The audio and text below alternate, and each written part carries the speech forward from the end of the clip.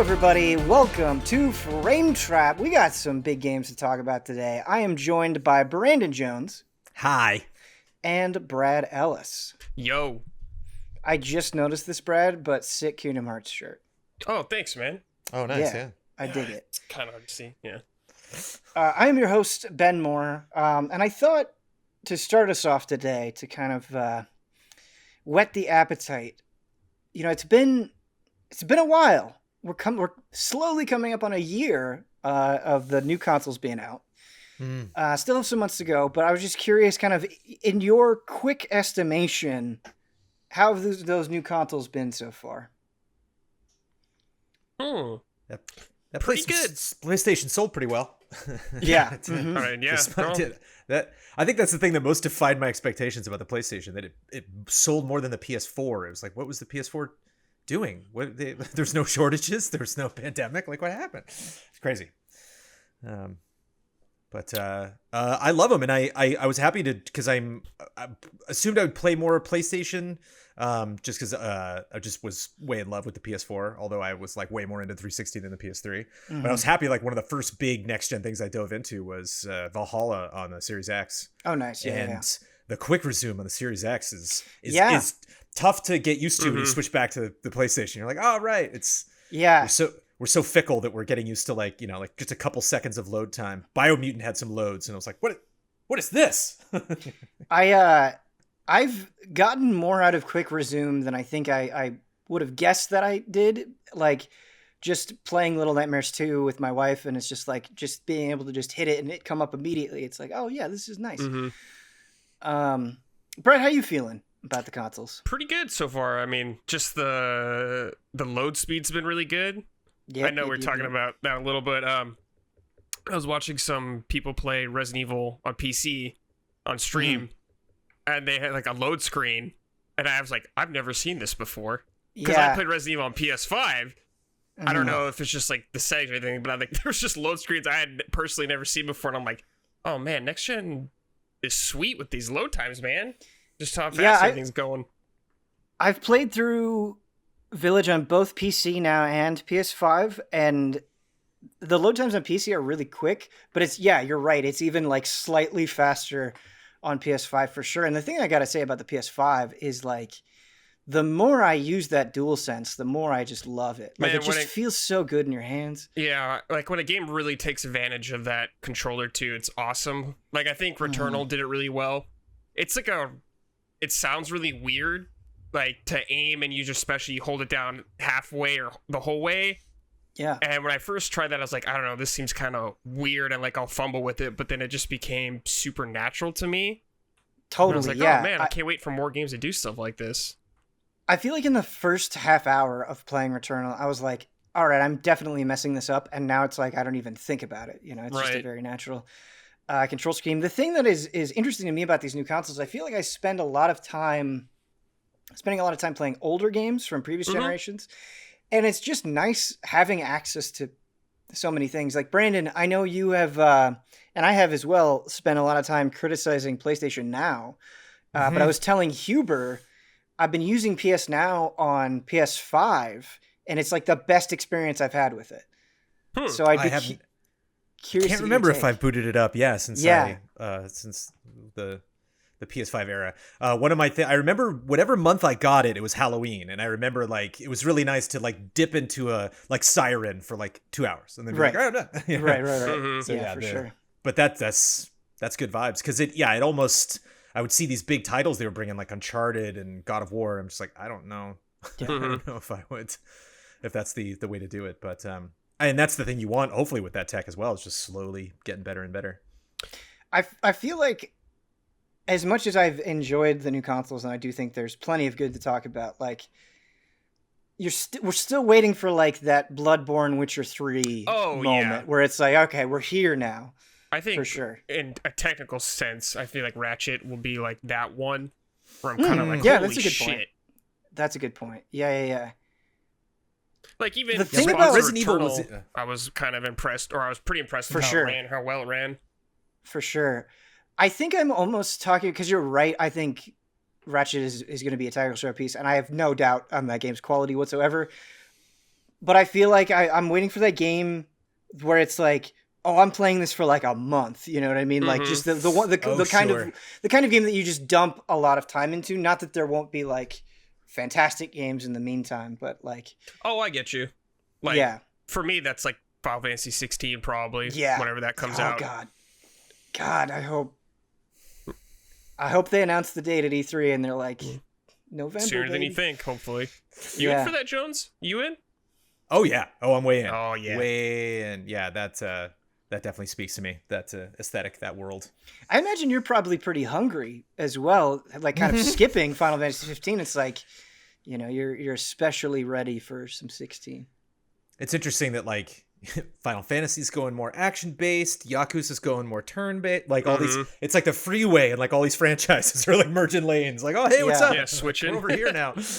Well, then you also have like 7 Intergrade doing its own thing with its combat, which I really like. Yeah, there's a lot going on. Speaking of a lot going on, there have been some interesting games coming out. I said big games at the beginning. I think a more accurate description is like this is an interesting frame trap lineup. But what's been getting a lot of buzz, Brandon, and you've been streaming your very first playthrough of it, is Mass Effect Legendary Edition, and I'm so curious to get you on. Like I can't imagine what it's like playing Mass Effect for the first time right now. Well, the one saving grace is that I'm very familiar with BioWare. I've played KOTOR 1, KOTOR 2, Dragon Age 1, Dragon Age 2, a little bit of Inquisition. So it was funny. Like I got to like everybody. Chad was saying it was on the Citadel, but they don't say it was a Citadel. They call it something else. Like the place where you dock and you get off and you meet everybody and like right after the intros. Is that the Citadel or that's is that the Citadel? Yeah, I mean, I thought the Citadel was like another big thing, and this was like a specific name of it, like the Poseidon or something. I thought they like named the ship. Maybe it was just like the Citadel is where you see like the bugs working. And like you talk to like the that people spider dudes on the laptops that are just that's the Citadel. Yep.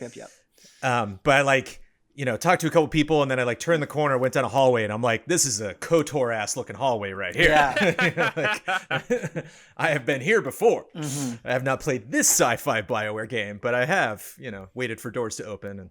And I think the biggest thing, I was a little nervous about combat. And it feels like the kind of game where I'm going to forget that my partner does a thing.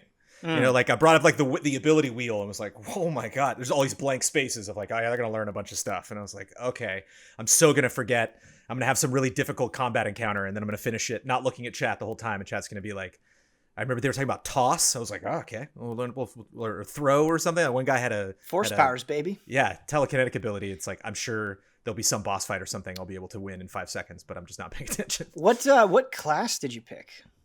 I am the sharpshooter, whatever that one is. Okay. I don't remember all of the classes of Mass Effect, so I'd have to look it up. But. Yeah, I can rattle it up. I can tell you because I sent Blood a tweet. I sent him a description when he put it up on our YouTube channel, because I was like, I need to put this on the stream because everybody that jumped in like 20 minutes late, they were like, cool, what's his class? Where's he from? What's his backstory? And I was like, okay, I should just have that on the Mortis. Yeah, it's funny. So that nobody asks. Brandon, and people are always jumping in to streams at different times, so you can't blame them. But one of the most jarring stream experiences is when somebody's like you're playing a new game and somebody's like, oh, how's the game treating you so far? And you like give them a lengthy explanation. And then like as soon as you're done with the explanation, some other person jumps in. They're like, how's the game so far? Yeah. Here we go. Wait, I had it. Sorry, I'm clicking on other things. I am of the default redhead femshep. So just I actually got advice from Bloodworth, who said the more I tried to customize Shepards in Mass Effect, the less I looked like everyone else. He's like, I really stood out in conversations. He's like, I never really enjoyed that. And I don't need to necessarily express myself in a specific way when it comes to it. It's kind of fun playing the default. Like I see her hair and it's like, yeah, they put that in box art. That's the way they wanted that character to look. Sure. I am a spacer. So born and raised, space travel, a soul survivor. Okay. Tomb Raider style. And Infiltrator specifically is my weapon class. And I'm playing on PS4. There's all that information I'm going to put up on the stream. When I stream next time. That's actually smart, Jones. Yeah. It's been a long time since I've played Mass Effect 1, but Mass Effect 1 is so much different, I think, than the other two. I see that a lot. Yeah. Specifically, combat is a big... Combat and pacing, I think, are 2 points that I would really say, because in Mass Effect 1, like, you have kind of the intro, and there's action that happens in that, but once you get to the Citadel, things really slow down. Oh yeah, and I think I've heard that too. Yeah, yeah, more than the other 2 games, it's really like a game that you take a knee in and just kind of soak in the world building and all that stuff. Have you found, like, has it been captivating so far? Has it been overwhelming? Like, I love the alien races. I love how they describe themselves, and I love how I'm a big fan of aliens that hate humans. Like I just love when humans are like humans. You know? Like, so I kind of like the animosity there. I think the only thing I'm like intimidated by is just streaming it. Just the fact that like I'm like talking to chat and I'm reading subtitles and I'm picking stuff up, that I'm just gonna, I'm gonna meet somebody and be like, who's this guy? And they're like, Jones, this 20 hours ago you met this guy. I'm like, that was 3 months ago. I don't remember. Like, so it's just a lot of, even just in the Citadel, I was like, oh, I came into a room and I'm like, oh, it doesn't look like there's anybody interesting in the room. And chat's like, talk to every single person in this room. I was like, oh, okay. Yeah, Brendan, that's such an interesting point, because I feel like Mass Effect is one of those games that A, is very beloved, and B, is like had such a wide reach. You know what I mean? It's almost like streaming. I feel like Ocarina of Time, where it's just like the chat, like especially if you've never played it before, like the chat probably has like an opinion on every step that you take, and I can imagine that is a little intimidating for sure. The thing is, though, that's funny, it just reminded me of RPGs, because I don't play a lot of morally guided RPGs. And it's interesting when, like, I don't know why I'm just not fazed by this, but like, as long as I make a decision in games, like, you're not going to guilt me out of that decision. And I love when games like try to do that. They're just like, oh, what's up, Shepard? Did you do this? Why did you do that? And I'm like, I don't care. I'm sorry. I know that thing I had no control over that happened in a cutscene you're really mad at me about, but like, I don't know what to tell you. Like, I went down and shot some dudes and clicked on a terminal. I'm not, don't yell at me. Yeah. So that always cracks me up. Just that prepackaged animosity where you're just like, yeah, because I remember I did play a little bit of the first one and then just, I don't know why I didn't continue with it, but I remember like the council yelling at me and me being like, hey, like, I'm just doing the best I can. All right. That's why it's so much fun to play Renegade, I think, in Mass Effect, and why I have such fond memories of Renegade, because I'm normally like you, where I usually play things by the book, but being Renegade in Mass Effect, you're just such a smug asshole that like when they try to give you gruff, you just like gruff them right back, and it just completely bounces off of you in a great way. That's pretty entertaining. But with Mass Effect, I feel like the most heated conversations come down to the characters, and I would say like that's kind of like, while being known for a lot of things, I think really like Mass Effect, like characters are kind of like the thing. Is there anybody that has rubbed you right or rubbed you wrong so far? Anybody that you've kind of attached yourself to? No, I'd liked one guy like set off a thing, because when you get the message, like the signal at the beginning of it, like your teammate was like, oh, set it off. I'm like, get out of the way, and then like, I got hit with it, and then like later he was like, well, it was a crazy mission, and I was like, check yourself, dude. Don't go touching weird stuff. So that felt good. I remember like reprimanding Joker right away in my initial playthrough, and I was like, like you walk up and like Seth Green's like, hey, I'm Seth Green. I'm like, shut up and fly the ship. Like, it felt good. Nice.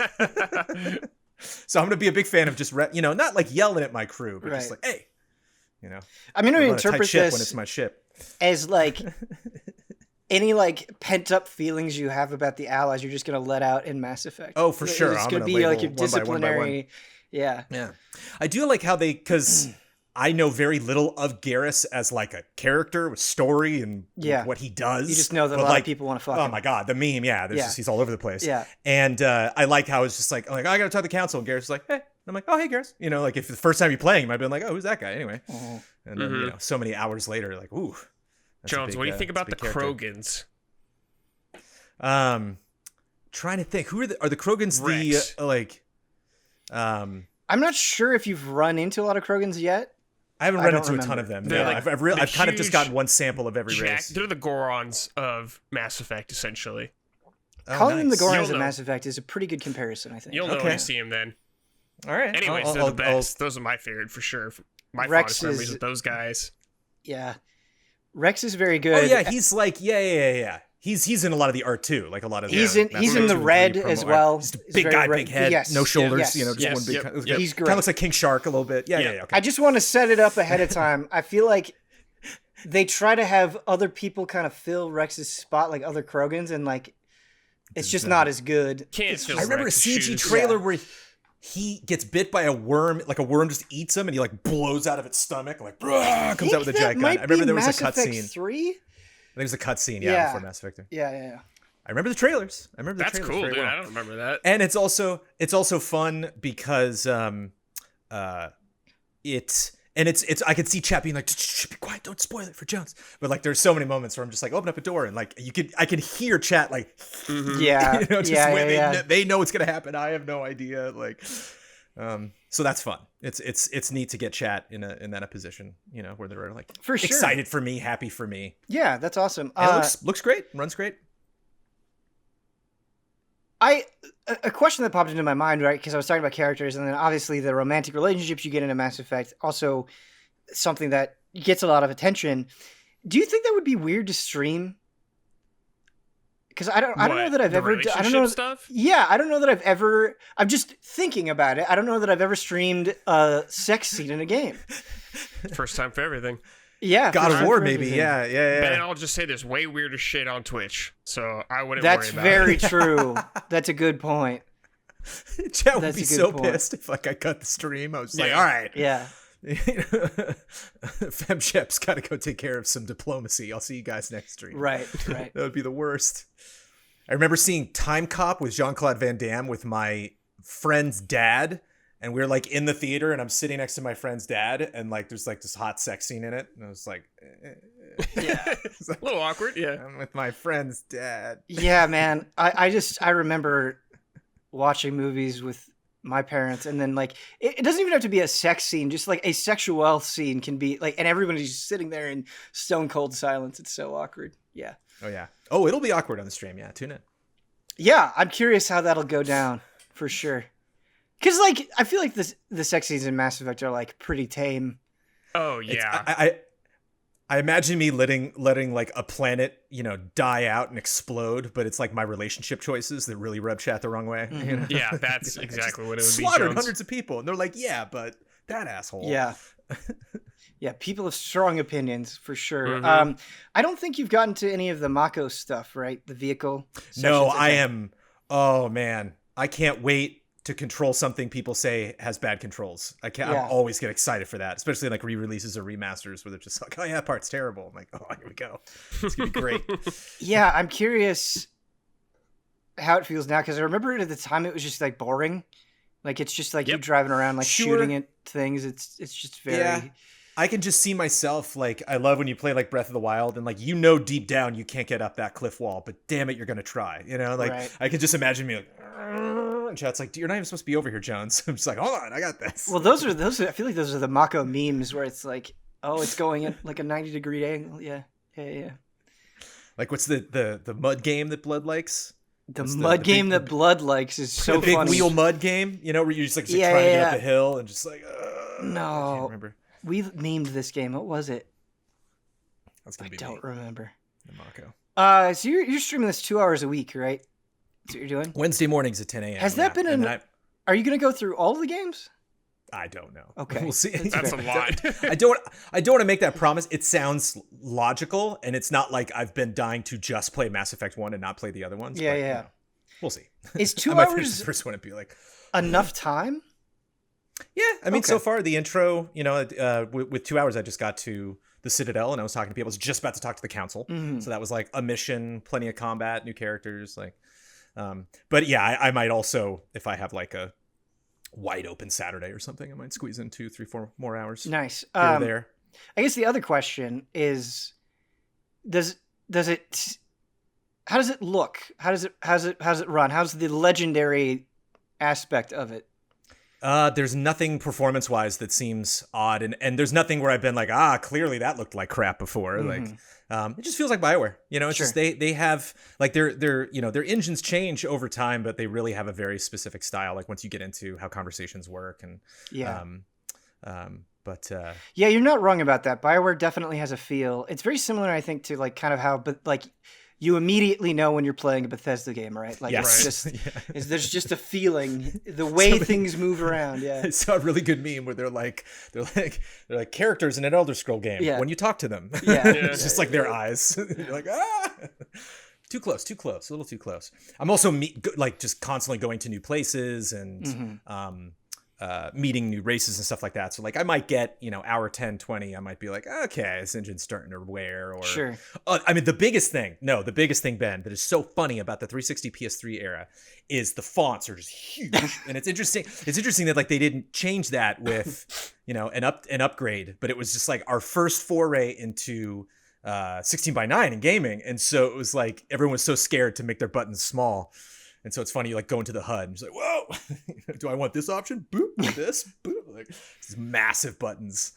The HUD still looks very, early 2000s, but have you been digging into the codex a lot? Because that's where you get a lot of the supplemental information about everything. I'm gonna do that before every stream. Okay, so that's probably a good way to handle it. I like I like that they label the ones I haven't listened to. So like I'm gonna take an hour before I go live and just like, okay, right, okay, all right, yep. I remember that. Yeah. Chat's also got my back as well, but be nice to know. Get all caught up in this world. Because it's just a whole new thing. I have no purchase on this world at all. I have no expectations going into it. I don't need the story to end a certain way. So yeah, it's fun. It's fun to just kind of float through the world. Man, the codex is so good. It goes into like narrated a level and shit. It's awesome. Yeah, it's the way it's presented and the detail it goes into. I really wish other games like had that kind of style of supplemental lore, I guess. I've told Huber the talking of the people outside of the Animus in Assassin's Creed used to be so much more of a common thing. Like I loved I know Assassin's Creed 3 has got a lot of issues, but I went to school in Boston, so it was fun when I would see a marker and be like, what's this? And they're like, oh, this is where Benjamin Franklin liked to have tea. And it's like, oh, like cool. Like I know this building, or I know the building that's there now. And like Valhalla and Origin, stuff like that, they don't really have that like check in with somebody's like, hey, like a tour guide or a pilot. And you're like, hey, if you look out the side of your window, you'll see the Grand Canyon. It's neat to get little updates like that. It's funny because a few months ago, I was like, I'm going to give Andromeda another shot. And like, I definitely heard people be like, oh, it's like better than it gets credit for. Or like, oh, I really enjoyed it. And I was kind of going in expecting to have that response.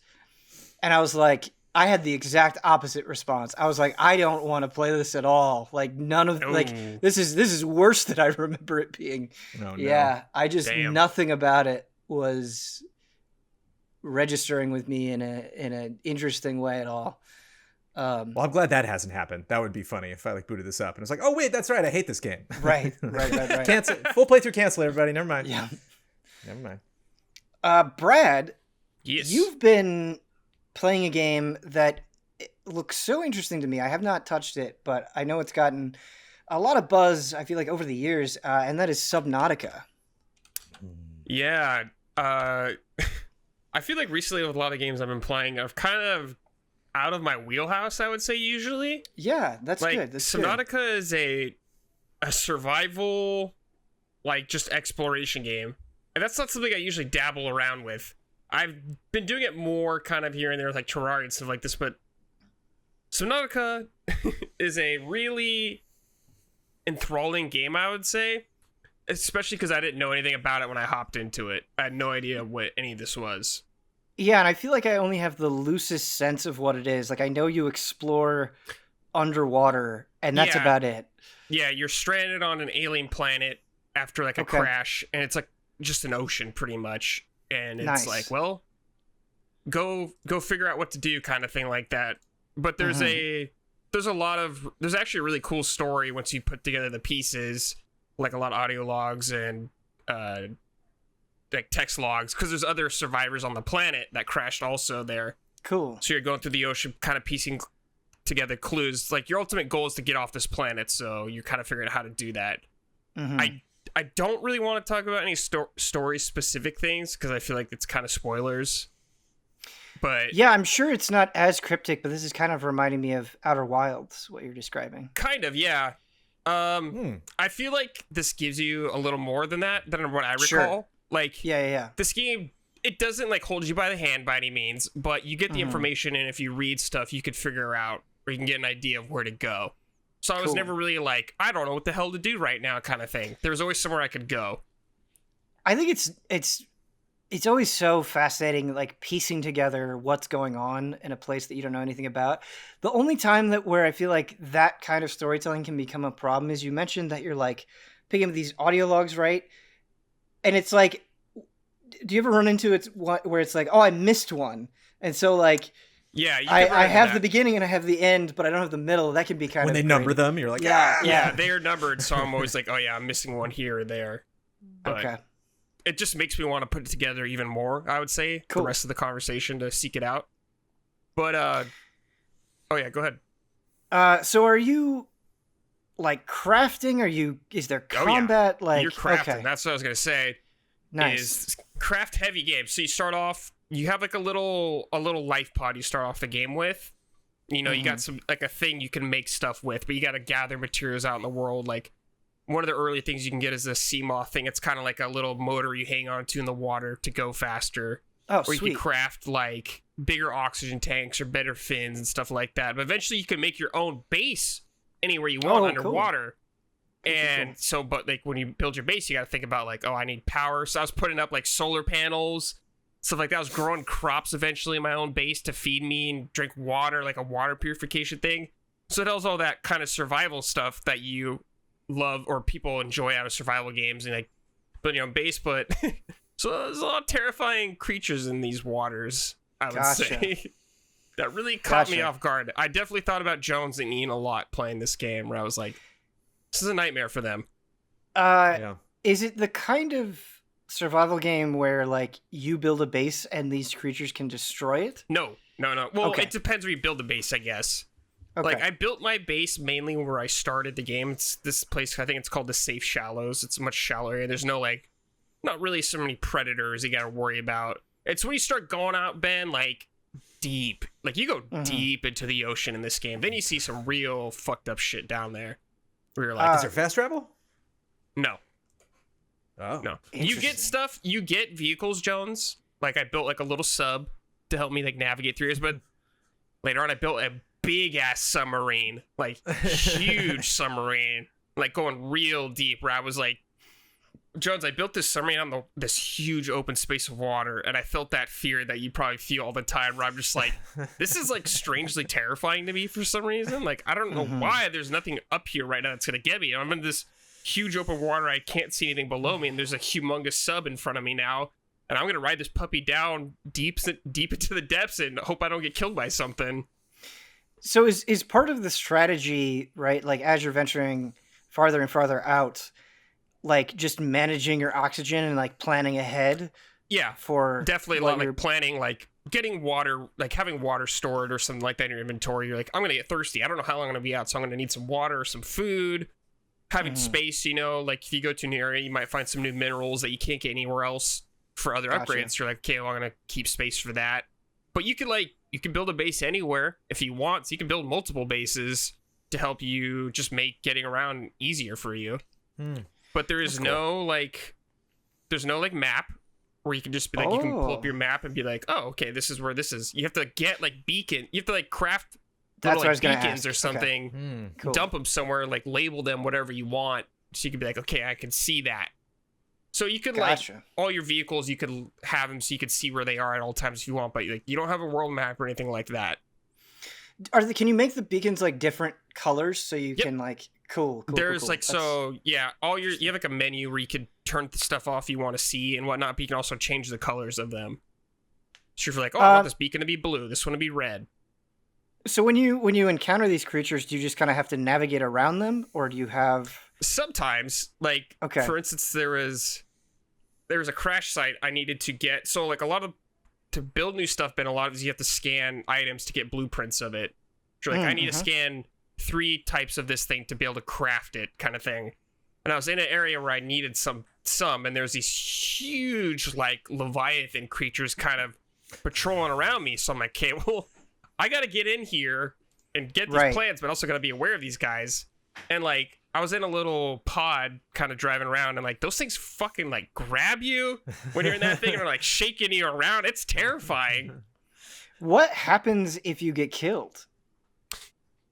If you get killed, you return back to your base. I think you have a little less items, but I think your vehicles stay wherever you were. So you'd have to get back to it. You could save anytime you want. So if you're like, okay, this could be a sketch part, so I can save right now. Nice. Do your vehicles have durability? Like, can they get damaged? You gotta fix them. You get tools to like fix stuff, so you could hop out real quick and just kind of fix it up. But you need power for all these things like batteries. But you could build battery chargers at your base to recharge them, or you can just build new ones if you want. So you have all these tools you need to do stuff with, but the game gives you the resources to manage it. Okay. Is there any randomization at all? I think some of the item placement maybe somewhat, but I think the ocean is laid out in a very specific way. Like this region will always be in this kind of area of the map, sort of thing. Mm-hmm. So I think it's very deliberately laid out. How long have you been playing Subnautica? I played like 25 hours, I think. Okay, and to finish it, and you finished it. Okay, gotcha. Yeah. That's not too bad. And would you say, because I guess I don't really have a good gauge for like how long a survival game like that should be. Were you pretty like, was it just as much fun at the beginning as it was in the end, or did you like get sick of constantly crafting? I got fucking addicted to this game for some reason. Nice. I don't know why I got addicted to this game, but I was just like, dude, I gotta keep playing.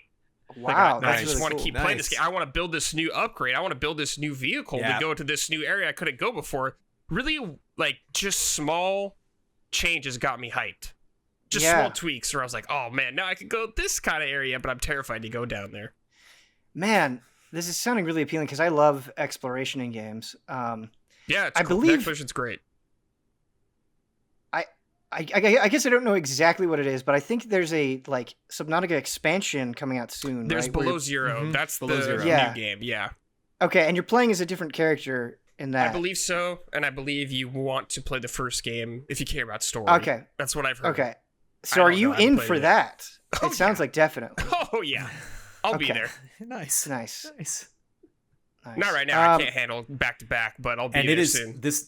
This game is currently downloaded on my PlayStation 5. Yes, because I think it's on. I think it was on PS Plus or something. It was. Yeah, there was some. Oh, I missed it. And then they had a PS5 version too. They came out with.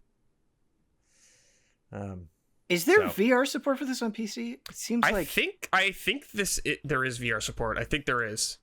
Cool. I actually have Steam pulled up, so I can. If you want to be brave. Did you play this on PS5 or PC? I did because I had it already. So I already own it on Steam. I just played it on PS5. Yeah. I'm sure it control just fine with mouse and keyboard or whatever. Oh, it does support VR. With controller. Wow. Yeah, VR would be sick. Yeah. Terrifying. So you said you played with controller, because that was going to be one of my questions is how was that experience? It was problem. I had no issues controlling myself, especially in a game where you're just swimming a lot. You know, swimming controls can always be finicky, but worked well here. I mean, since you're spending so much of the game underwater, do you feel like it, changed pretty dramatically visually as you were going to different places? Okay. Oh, yeah. Ooh. Like, I don't want to tell you what's like down in some of these areas. Yeah. Well, I'm looking at the store Steam page, and there's like, it's like all dark and glowing, and that seems cool. Yeah. Oh yeah. There's a lot of cool stuff down there. Brad, I think you might have sold me on Subnautica. It's really cool, and I usually don't play games like this, but this one really got me. That's awesome. Yeah, Jones, I'm surprised you have it downloaded on your PS5 if this is like a big fear of yours. It's like when you get a toothache and you can't stop pushing it with your tongue. Sure. It's the kind of thing where it's just like it's always. Yep. I think my favorite scary moment in a video game with water was Oblivion. There was a cave there was like a little puddle, and I was like, what is it? And I'm like, oh, maybe there's something, and I'm like, oh, it's kind of deep. And then I like was swimming in the puddle and just kept going and going and going and I'm like, what is at the bottom of this thing? And then it finally rounded out to a little tiny hole, and then I peeked through that hole, and this huge like snake thing came up and snapped to the screen, and I was just like, never again, I'm never playing. Because I was like just staring right at it, you know. So it's like, but at the same time, like that rush. I mean, I play horror games, you know. It's like I play games to elicit that kind of electric charge when it works, and so. I'm happy. I did the Hunting Huber episode where we were like Huber was a shark. He's chasing us. So it's like it's fun to scratch that itch. Just not. I enjoy it because it's terrifying. I don't enjoy it because I'm not afraid of those things. I am extremely afraid of being underwater. Yeah, right. It's not our turf. You can't hear as well. You're not. There's so many things. If I'm ever doing this, if there's like a panel and I'm in the water and like. I'm going to be thinking like something is rushing me right now. Somebody like there is something that sees me, is barreling right at me, teeth bared, and I just can't see it. And it would probably take me a second to turn around to check. Like, yep. As a kid, I would feel like if I didn't have like my feet covered as I was sleeping, like somebody was going to come up and grab my feet. But it's fascinating because I adore horror. Like horror is one of my favorite things. And my wife just doesn't understand it. And it's like her least favorite thing in the world. And she's like, why do you want to be scared? Like, I never want that feeling ever. And it's like, I crave that feeling all the time. Like, it's exciting. And it's just a totally a personality thing. Like some people just like never ever want it. So. I would say also this isn't like, I wouldn't label this a horror game or anything like that at all. But there is just some, depending on the person you are, there's some terrifying things out there. Yeah. I wonder if Steam knows enough about me to label it horror. Yeah. I wonder if it would just pop that genre for me. Yeah, it's fascinating that you say that, Brad, and I believe you. And I'm sure like when you're actually swimming around, it feels much different. But like just kind of on the surface, it just seems like such a colorful, kind of cartoonish game that it's hard to imagine anything be terrifying. But yeah. I'm sure...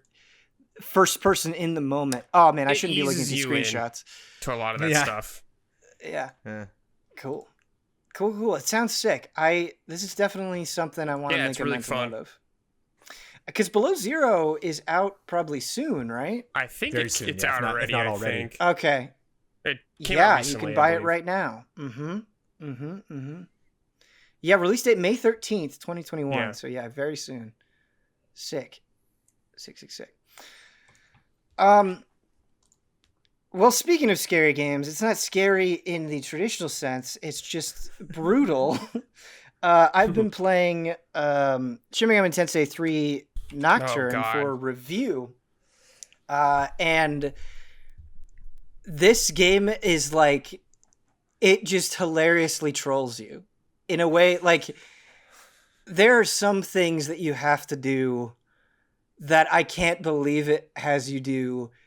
Like there's this, if you want to get the true demon ending, there's this labyrinth, and like it's just such a hilarious maze, and you like can't get through this locked door, and it's like, oh, you have to go to this location to a locked door. Like I gave the key to my friend who's getting drunk at this bar, and you go all the way to the bar, and it's just such a huge pain in the ass.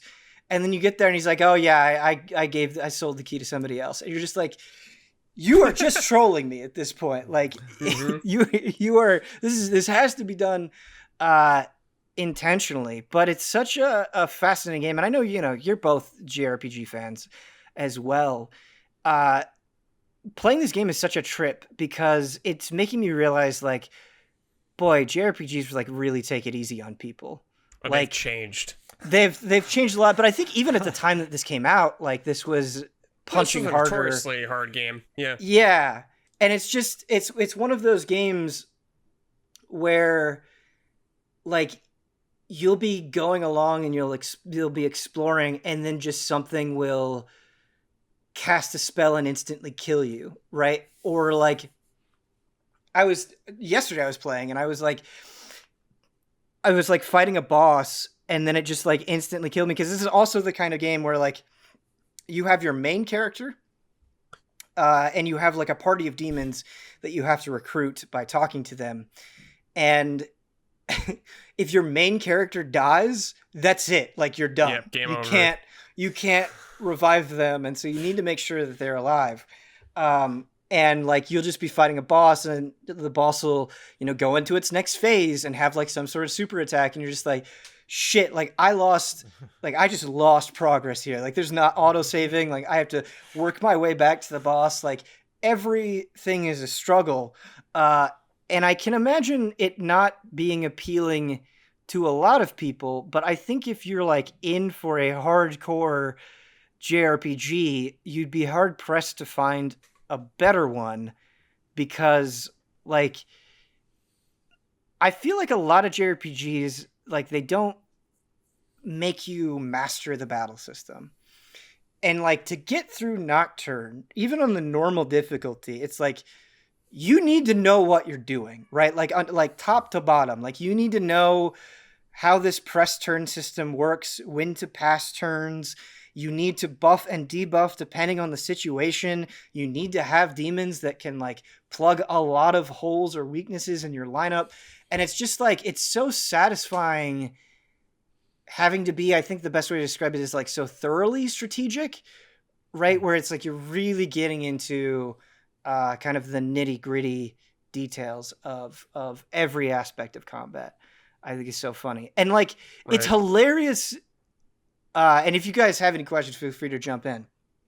But it's hilarious how thoroughly the game can fuck you over, and like in how many different ways. Cause you'll just be like, oh, I want to fuse this. Like, it really teaches you to save, because you'll be like, oh, I want to fuse this demon. And it'll just be like, yeah, the fusion just failed. Like, you wanted the super awesome thing. Just failed. Yeah, it just failed, and you got like a piece of trash. GG. Or like, you'll be going along, and it's like, oh, this demon wants to change a skill. We're not going to tell you what skill it's going to change, and we're not going to tell you what it's going to turn into. And I've run into this multiple times where it's like, oh, you took away the most useful skill that demon had, and you gave me trash. Like, I just don't need this. Rip. And so you have to roll the dice or not roll the dice, and you have to make those decisions. Or like, you'll talk to somebody and they're like, hey, do you want to rest? And they'll like steal shit from you. Or your main character will level up. And this is a pretty cool aspect of the game. It's this thing called Magatama. And it's a way you can kind of change your main character, where it's like, depending on the type of Magatama you have, you'll have certain strengths and weaknesses, and you'll learn certain abilities, and it will buff up stats in a different way. Just committing that pronunciation for the review. Sorry, just Magatama, yeah. There's a lot of that. There's like Kagasuchi, there's Magatama. There's a lot of it's. Oh no. Yes, Jones, we might be fucked for the review. Anyway, when you level up the main character, sometimes it will say like, hey, the Magatama is acting violently within you. Do you want it to continue?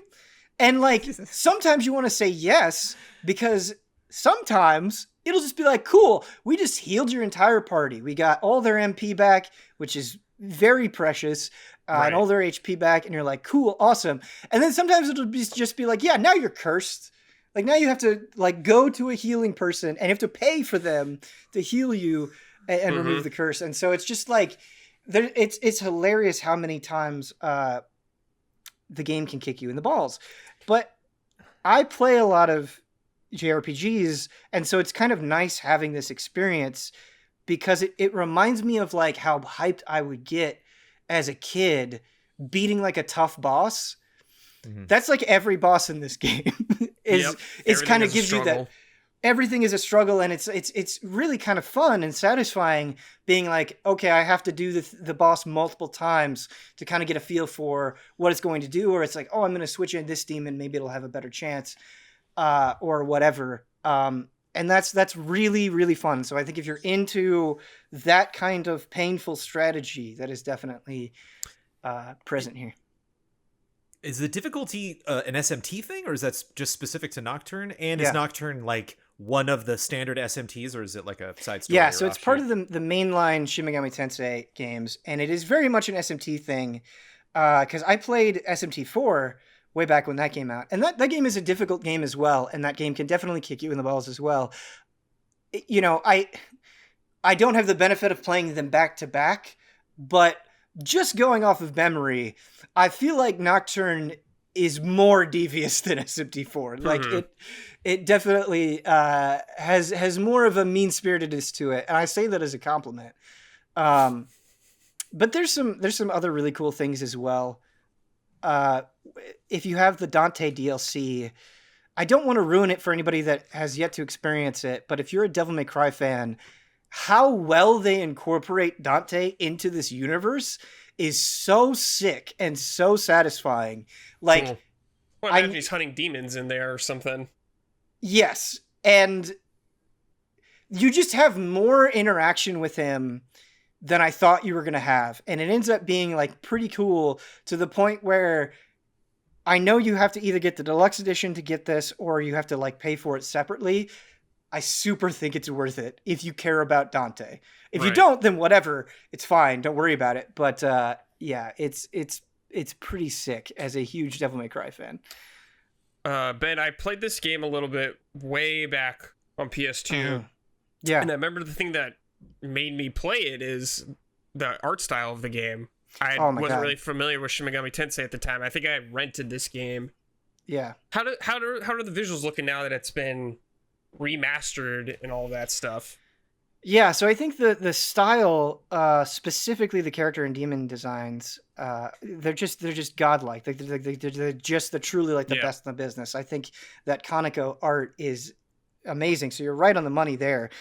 But Brad, I would say it almost saves it visually. And there are definitely places that you'll go into. Like there's this Demon HQ, this faction called the Mantra. They have a pretty cool area, and the mannequins kind of hold up in this place that's pretty interesting.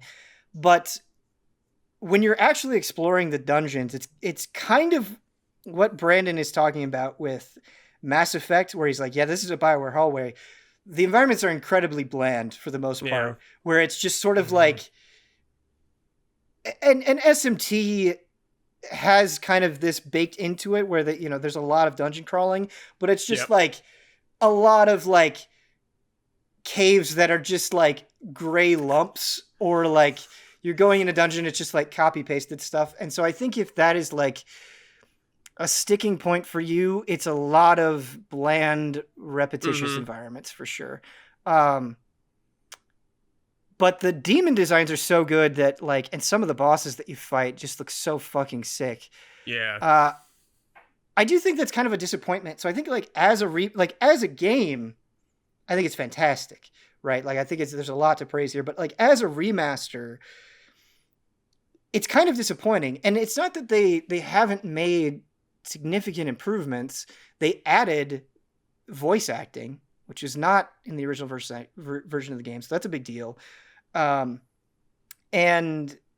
they added if you're worried about the difficulty, there's a new merciful difficulty, which I have not checked out yet, but that's there if you want the game to take it easier on you. And so there are things here that are a big deal, but you'll like run into some textures, I think especially in the world map, or like you'll hear the compressed audio and you're like, this is not that impressive of a remaster. Like I think the quality of the game still absolutely makes it worth paying, but they're charging $50 for the basic version of this, and this is like a 17-year-old game, and $70 for the deluxe edition. And it's like, man, I really wish you could have done more here. And I know kind of the philosophy going into this was like, keep as much of the original experience intact as you can. And I definitely think there's kind of a nobleness to that, and I respect that. And I do think this game is like really special, but at the price you're charging for it, like I don't know that it's like that much better than the original version. And so that's where kind of my hangups are. Not so much the game itself, but kind of its quality as a remaster and the price that they're asking for it.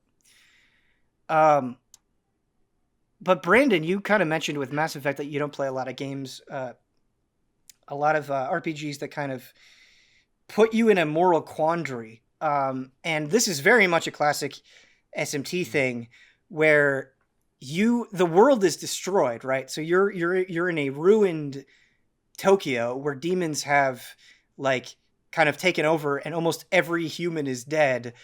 And you'll run into these different people and they'll be like, this is how I want the world to go. And so like one person is like, I want a world of stillness where we don't like have to worry about emotions anymore. It's very much Evangelion in that sense, where it's like, I kind of just want everybody to be at peace. And then you'll run into somebody that's like, this new world will be ruled by the strong. The weak should be subservient to them. And so you get kind of all of these like broad ideologies and you can kind of choose who you support. And that will sort of like set you down a path, which I think is pretty interesting as well. Is it obvious when you're doing that? Like, is obvious I'm talking to these people that are going to do this? Yes. It's not like, okay. And they will like, they'll ask you questions like, do you want to support me? Blah, blah, blah. And that'll like kind of like put you in that direction. But there's a path that you can go that has some really hard stuff in it that is optional, but is super fun that I would totally recommend doing. It's the true demon path.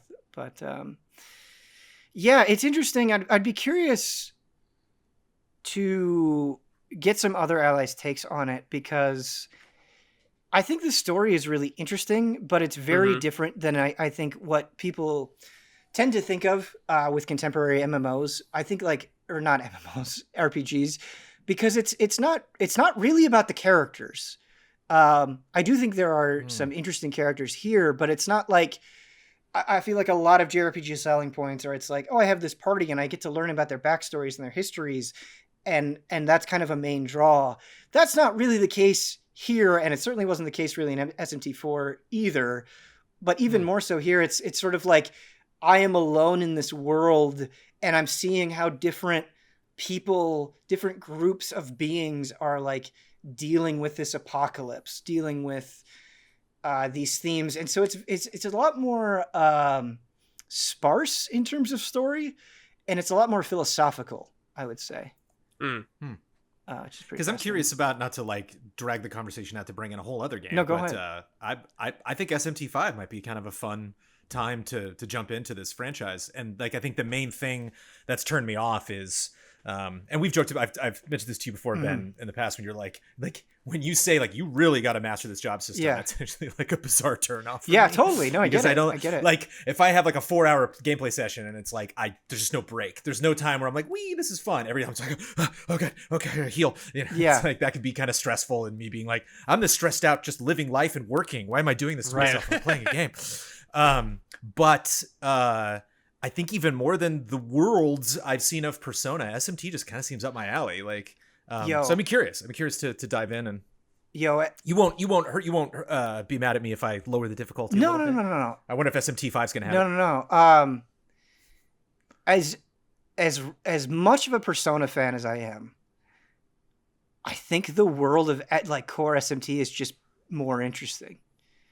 Because Brad, it's funny, I remember like being in like Blockbuster or something and like looking at that box art and I'm like, that looks sick. You know, it's like, all right. It is. It's like that and like Shadow Hearts. PS2 had a lot of just really badass looking RPGs. I was like, oh, that's cool. Brandon, I know we've talked about metal in the past, but it's some of the things like in a way, like SMT is like kind of like the most metal game. Like you just fight like Ghost Rider at some point. Like a lot of the major bosses just are skulls, and it's great, or skeletons in some way. And it's just like the soundtrack. The soundtrack is really cool, and what I appreciate about the soundtrack, I wish that like the actual the actual recording quality of it was a little bit better. It wasn't so compressed, but the music itself is amazing, and it'll go in and it'll have like really shredding moments.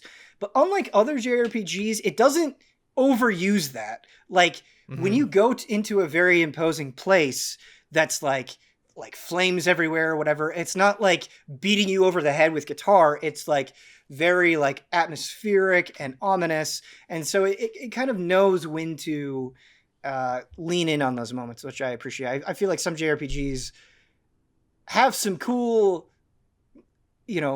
rock or metal stuff, but they just like use it way too much. And you kind of become numb to it. But yeah, Brandon, I would love for you to get into SMT.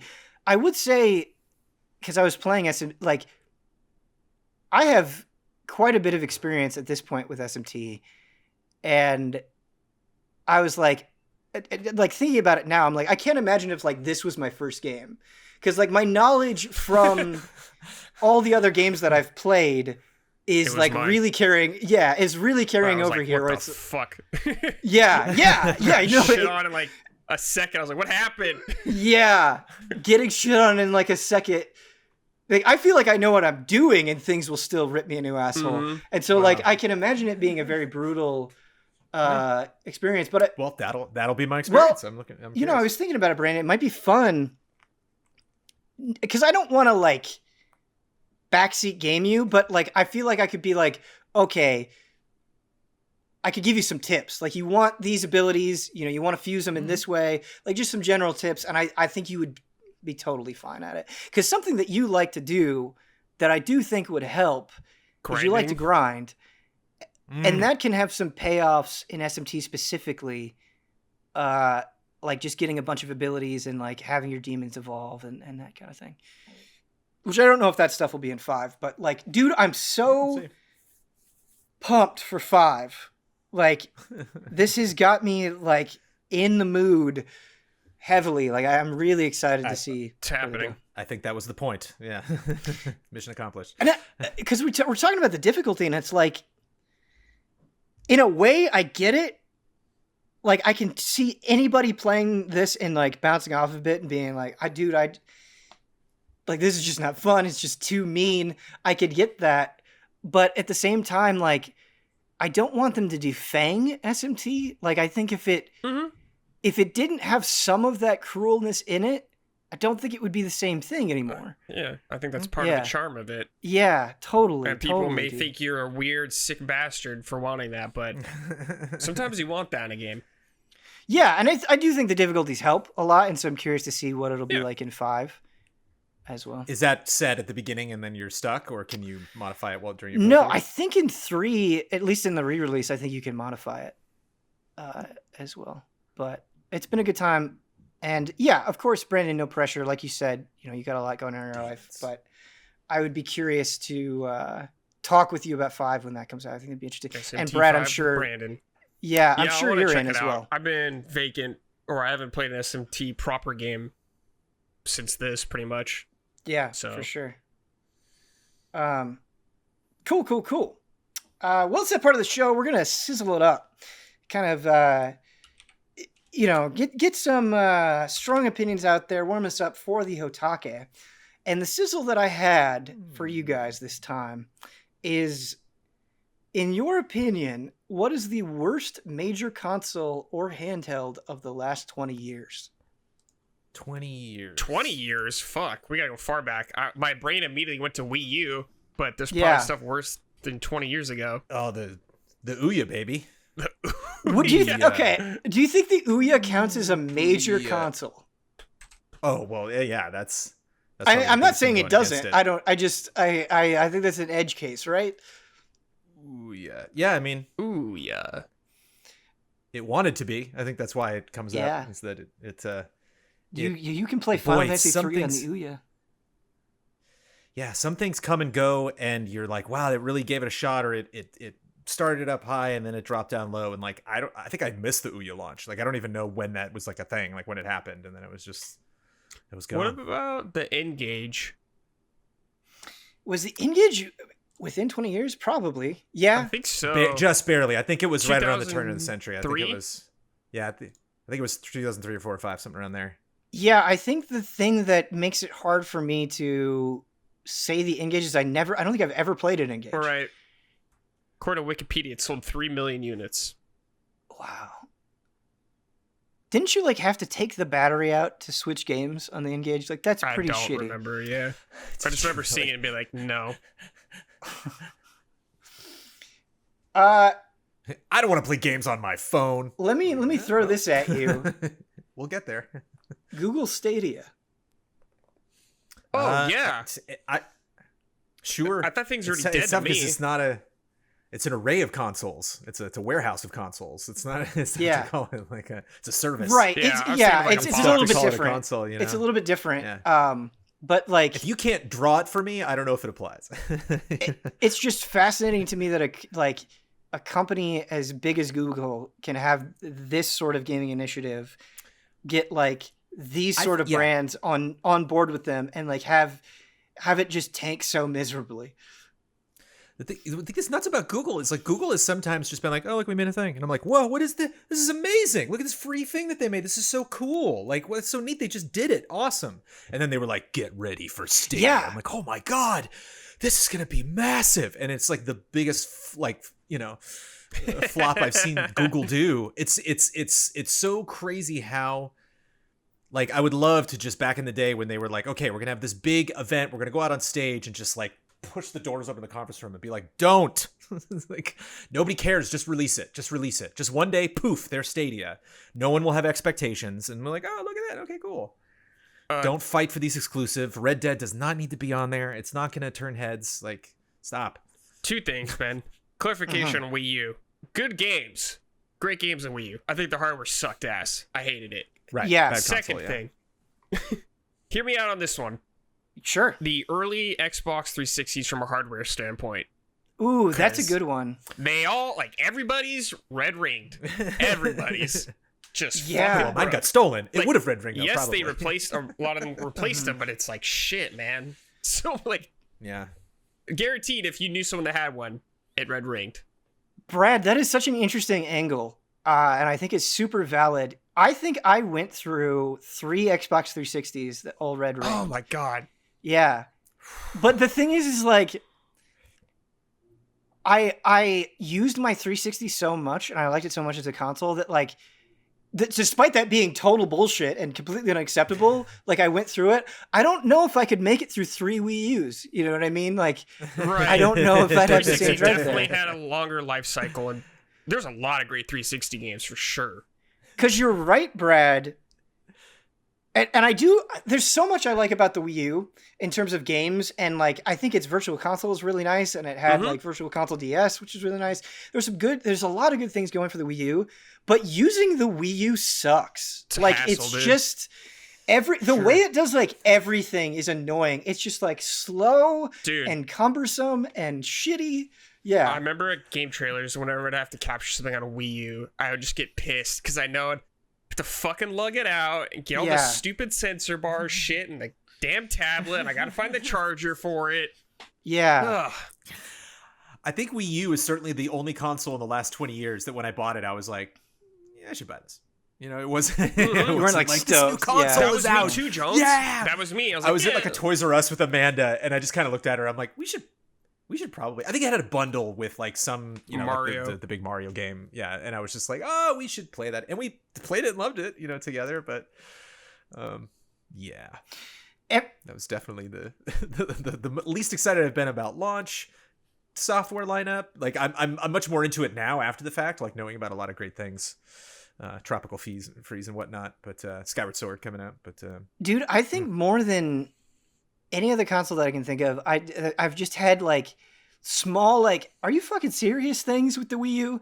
Because like, especially as the console went on, they had more and more digital games and file sizes got bigger and bigger, and you could store like almost nothing on the default hard drive. Like it filled up like immediately. Like you put like Bayonetta 2 on there and it's like, okay, yeah, you're done. And so it's like, okay, well, it supports extended storage. But like, I had to like get a hard drive that like had 2 USB slots with it because it wouldn't work with 1 USB slot. Like it needed to supply more power or something. And you're just like, come on, like, are you serious? Yeah. Or like, are you looking at your Wii U right now, yelling at it? It's right here. It's right here. I am looking at it and yelling at it. Yeah. It was just ridiculous. And like, the tablet has like a totally shit battery life. And so I feel like every time you want to use it, you got to plug that thing in. It's just such a mess. Yeah. The Wii U killed the Nintendo press conference. That was the last one we got, right? With Mario Kart. Oh man, was it? Batman Enhanced Edition or Batman Armored Edition? Dude, it ended with the fireworks. That was one of the funniest things I've ever seen. Was that the last one? the fucking With Nintendo Land I think. fireworks. Yeah, that was the last time any of them got on stage. It's all been direct since then. Wow. I just remember seeing Batman Arkham City Armored Edition, and I was like, dude, if I'm not into this, I don't know who you're trying to sell this game to. Yeah, exactly. If I'm not into this at all. Shoutouts to Zombie U, though. Never got enough love. That's like... And never really made time for it. Yeah, I've heard good... Yeah, it's Zombie U is really I've talked cool. to people that hate it. I've talked to people that love it, but I loved it. It's... I want to check it out. Didn't that get re-released on PS4 or something? Not on PS4. I think it was PS3 and 360. Yeah. Okay. But that was a game... like iZombie or something? That it's like, I feel like did really take advantage of the tablet. Yeah, there's some games that did it really well, like Mario Maker obviously was awesome with it. Yeah, Fatal Frame with the tablet, but I never feel like it capitalized on it enough. Especially because Jones is probably saying a lot of like weird third-party shit on there that didn't really do much of it. It did that classic Nintendo thing where I feel like at the midpoint or like at the end point of a console, they just like whatever gimmick they have, they're just not using it anymore. Yeah, I feel like they needed a gimmick for every system kind of thing. They still do right now, but it's like now it's just like, hey, you can play it portable if you want, kind of thing. Mostly, yeah. I guess the counter to that is Star Fox Zero. I feel like was pretty late. Boy, what a crushing disappointment Star Fox Zero is. I've heard bad things about that game. I asked Damiani if I should play that, and he's like, no. And I was like, oh. Yeah. Okay. Yeah, I played through it. And I didn't play through it Reddit release. It was like a couple of years later, and I was really excited to do it, but it's just like it's like a game you're just fighting the whole time. Where you're like, I wish you didn't try to do all of this stuff because like it's more effort than it's worth. Like you just reach a certain point where like I kind of just wish this was a normal Star Fox game. Right. Yeah. I did not love my time with Star Fox Zero. It's not terrible, but it's like it's not as good as you want it to be. Yeah. But like at least some of those great games have made their way on the Switch now. Yep. But like Bayonetta 2's on there. Mario 3D Yeah, World. Mario Kart. I mean, most of the Nintendo stuff's on there, except Wind Waker and Twilight Princess for some reason. But hey. Yeah. It is what it is. So are we going with Wii U? Is that our answer? Oh, I don't know. It just depends like what you want to highlight on. Like the Wii U fucking died a sad death, but it died so the Switch could live. It died so the Switch could live. All right. This Sizzle is brought to you by some wonderful shout out to your patrons. If you want to find out more, go to patreon.com/easyallies. And normally I have us do a voice for this. And it's like, you know what? This time we're just going to do it clean. We're just going to do it clean. Just a normal shout out, dude. And so I'm going to read all the names and then let's just give a hearty shout out. Shout out to Elthanas, Greg TheDarkKnight Kettering, Caleb Togi Crawford, Edsgar, So I'm a Spider, So What, and Esdoccal. Shout out! Shout out! Thanks, everybody. Thanks, everybody. Yeah. Brandon, you've been playing a game that the reviews just came out and they're kind of all over the place. And that so is the game, and that is Biomutant. And that is man. I'm so curious about this game. Yeah, I am too. So was I. Yeah. I feel like I don't know anything about it. So, well, I'm going to hit both of you gentlemen up with my least favorite thing about the entire game, which is not something that I was expecting. And this is a warning to all developers out there. Please just never do this. I could see it kind of being fun and quaint if you're watching a lot of like kids animated movies or something, and it's like something that was kind of charming when it first started out, and then was like I dread going up and talking to people now. There is a British man who narrates the entire thing. Welcome to Biomutant, and so he's telling you all about the world, and he talks over cutscenes. And the game it reminds me a lot of Beyond Good and Evil, because it's like a very weird world, a lot of weird alien races. You're like the only human, or I mean, he's not a human, but like you're different from everyone else. And so you're learning a lot about other cultures and races and using weird currencies and putting together weird things and getting crazy vehicles.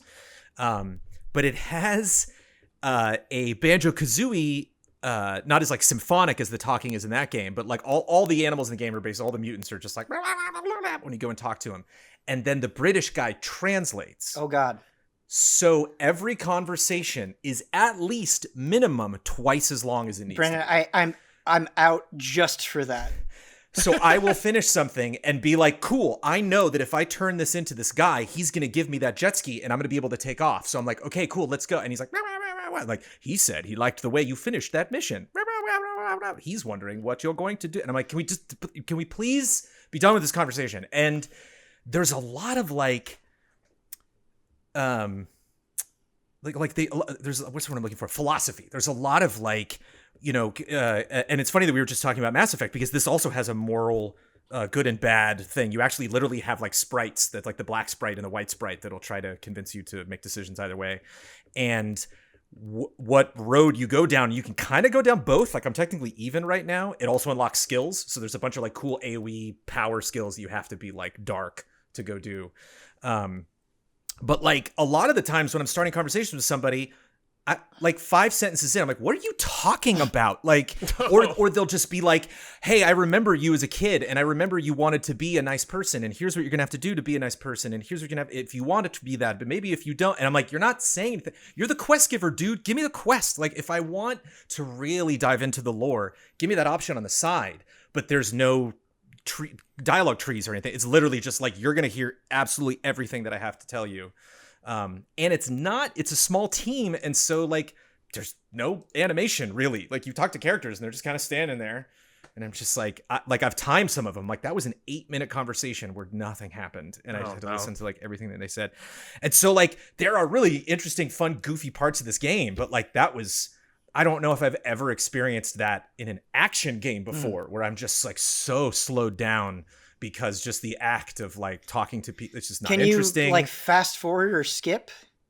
Okay. Yeah, you can skip it. I mean, I'm like maybe reviewing it. I don't know. And I'm also capturing footage. So I'm like, that makes hear some of this. And the bummer is the people are weird and wonderful. And like their names are really crazy. I was telling Huber, we shot impressions today, but like one of the guys' name is Out of Date. So like they all have very bonkers, it's kind of like Dark Crystal meets Mad Max. There's just like a lot of, it's very Henson-esque in a lot of the unusualness of the aliens in the world. But then again, there's a lot of like mechanics and pulling me back gearheads and, but the bummer is the people are so interesting, but they don't necessarily have that much personality because they're all voiced by this damn British guy. So like I'll meet a new person and I'll be like, oh, and like the only like expression I get from him is just like, blah, blah, blah. And I'm like, cool, that's a neat character you made there. And then like the British guy's like, he said this, blah, blah, blah. And I'm like, you sound like every character because you're always telling me what they're saying.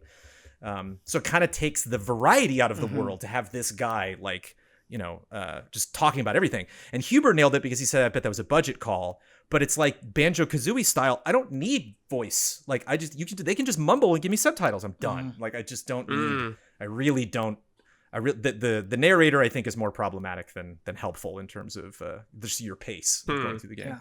Yeah, and I think it's like not a short game, right? But it's charming. He's a charming guy and he's fun, and the stuff he says is fun. It's just slow. Right. It's just like, I think that's an idea you could do for like 1 or 2 NPCs maybe in the game. Right. But right. If it's the whole game, then Totally. Or, the first couple conversations are fun, and then like I'll bring an item back. Right. Almost every NPC conversation I've had, I've kind of like sighed before I'm getting into it because I'm like, I just know this is gonna and I feel like that would make me want to do side stuff less, which is never never the position in an open world game too.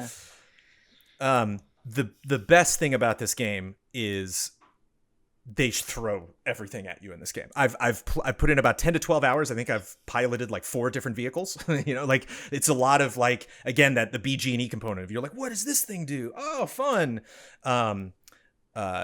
And so and just the areas you go to are really strange, and the world building is that's part of why the conversations take so long, is like it is a dense world that this team has thought a lot about.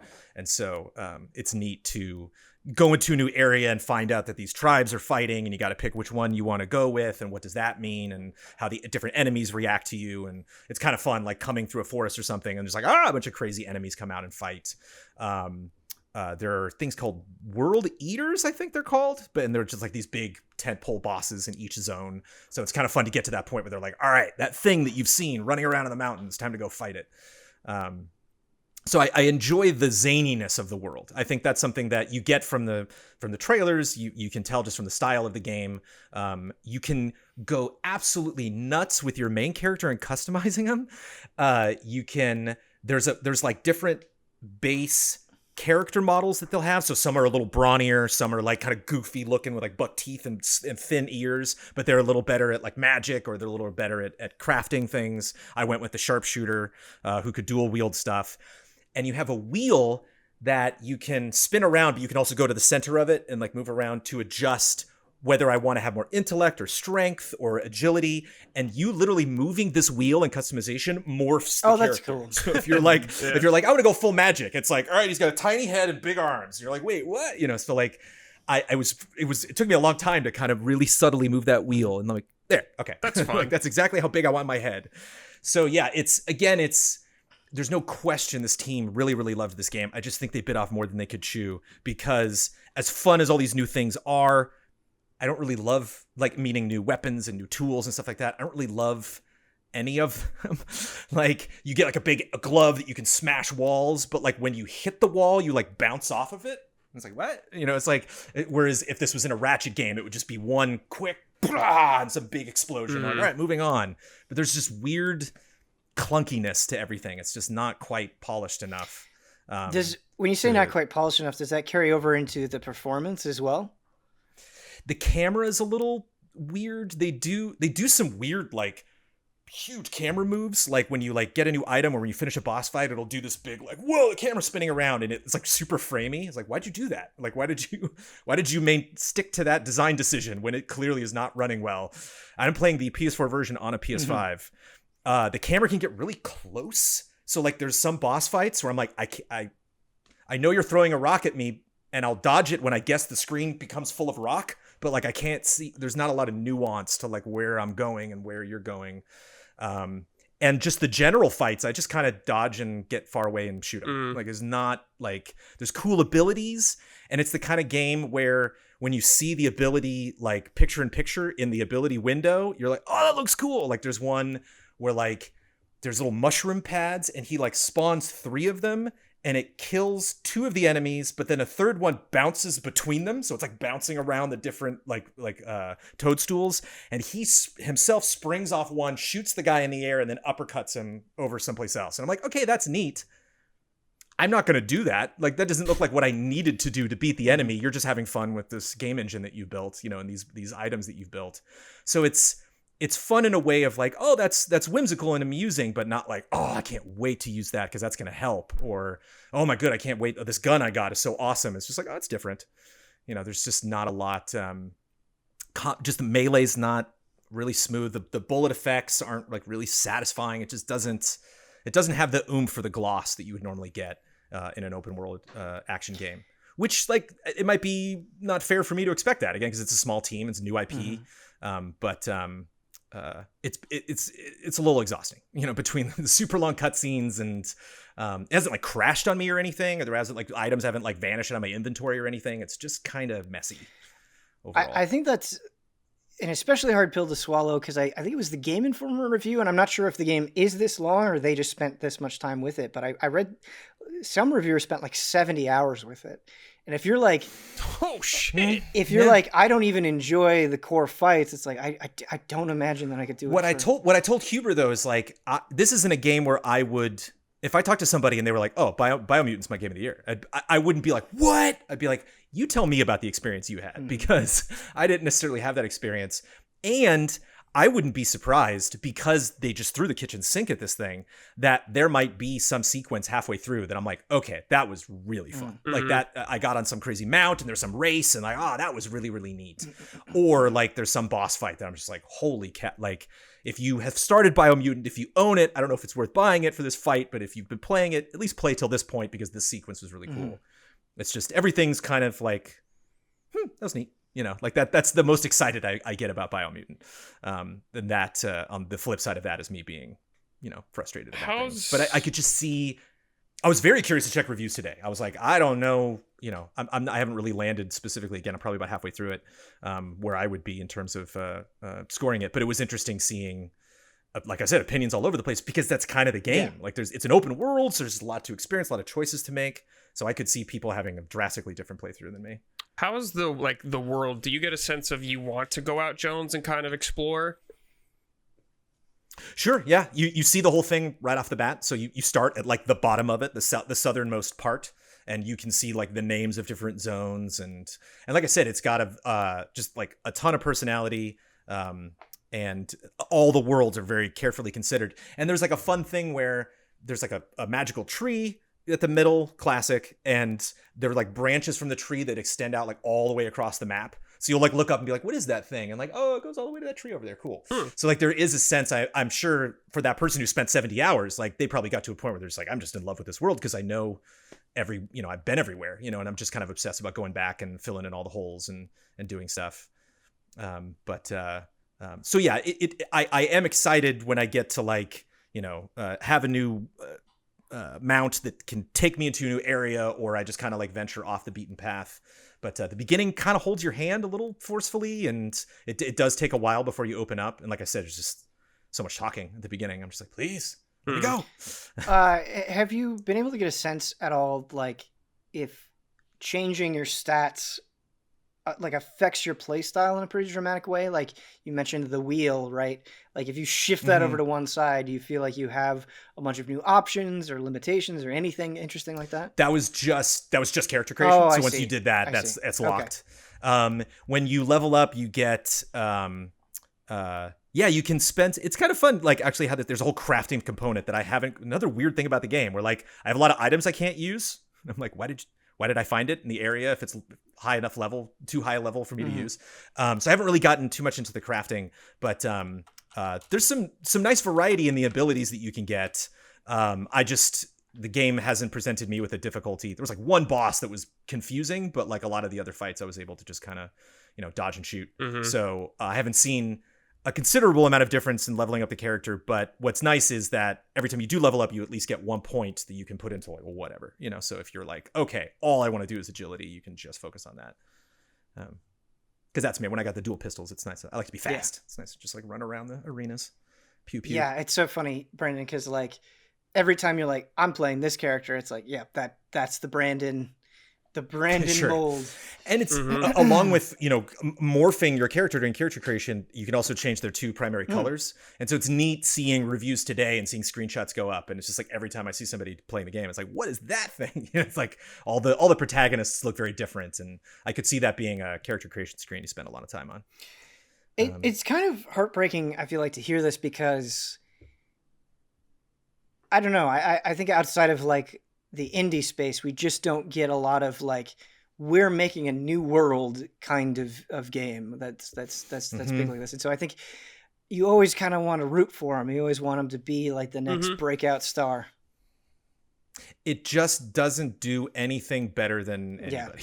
There's a lot in it, and that's the problem. Is that like they I think they didn't say no to anything. I think they just kept put that in there, and then it was like, well, maybe work on the camera first, and then you can add these other like vehicles and cool stuff in the game. So if I don't end up reviewing it, if I bail, you know why. I was like, It is exciting, and I can tell I'm guessing I'm halfway also because I'm about halfway across the map. So there's just a bunch of cool shadowy looking areas that I have not ventured into yet. So good open world points that you can target. They're not like towers. They're just little like radio little stations. And so I'm always a sucker for that. If I see one in the distance, like, wait, hold on, run over so I don't have to go back here again. I can fast travel. Navigating the world in terms of like, marking your territory in places that you've, ventured to. That's fun. It's just, and I don't think I've ever gotten outside of the conversations. I don't think I've ever been like mad at the game. It's just, especially last year after playing like Valhalla and Tsushima, just these like incredible open world games. It's kind of a niche indie game that is like cosplaying as AAA. It's like you get into it and they're like, welcome to this massive open world game. And it's like, you did not have the team to support this. And so it was a little off-putting for me that it was kind of trying to sell. They're like, look at our gameplay. You have a sword and guns like Devil May Cry. And it's like, this is not at all tight and precise and exciting when you get new abilities and a system I really want to get better at, So it kind of has the trappings of some of these other games I'm familiar with. It just doesn't sing, just doesn't excel. But people could still dig it. Could still be up there, way up their alley. If the anthropomorphic it was vibes are very much speaking. It was one of those games where like looking at scores and you're like, okay, this person gave it a 4, this person gave it a 9. Like this is wild. Mm-hmm. Yeah. Because there's a charm to it, and I could see if you fall in love with that charm. Mm-hmm. If you fall in love with the world itself, all this other stuff's moot. But just as someone who plays a lot of open world action games, I found it lacking in a lot of ways. But I love you, Biomutant. Brad, I feel like you've been really going outside of your comfort zone, because the game that you're bringing to Frame Trap, pretty unexpected, is called Call of the Sea.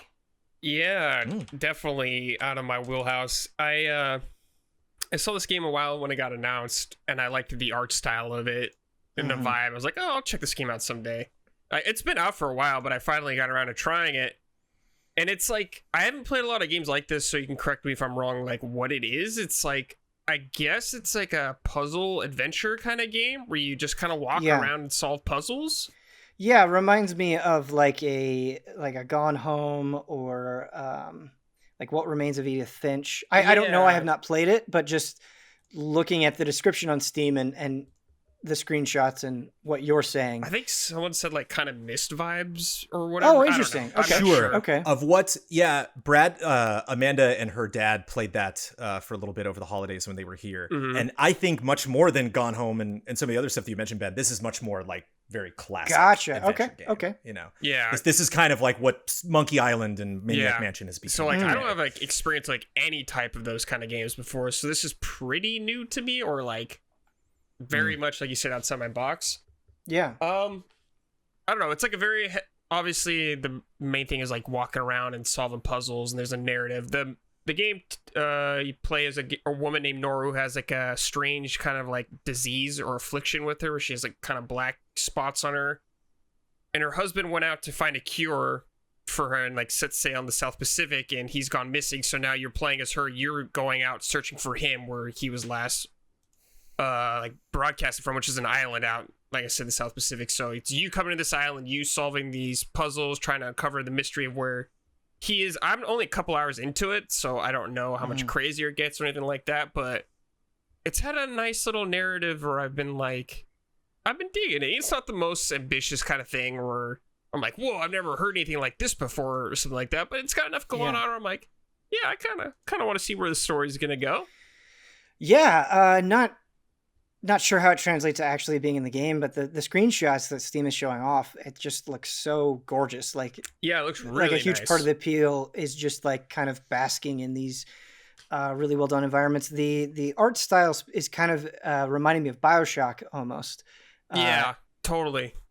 It gives me like slight Indiana Jones vibes. I was going to say, it reminds me of the Indiana Jones ride specifically, Jones, and I don't know why I there we go. the ride all the time, but that's the feeling I get playing this game, and maybe that's why one reason I'm enjoying it more going through. But like, I haven't played like just a game where I'm solving puzzles for a long time, where I'm sitting there like, what should I do?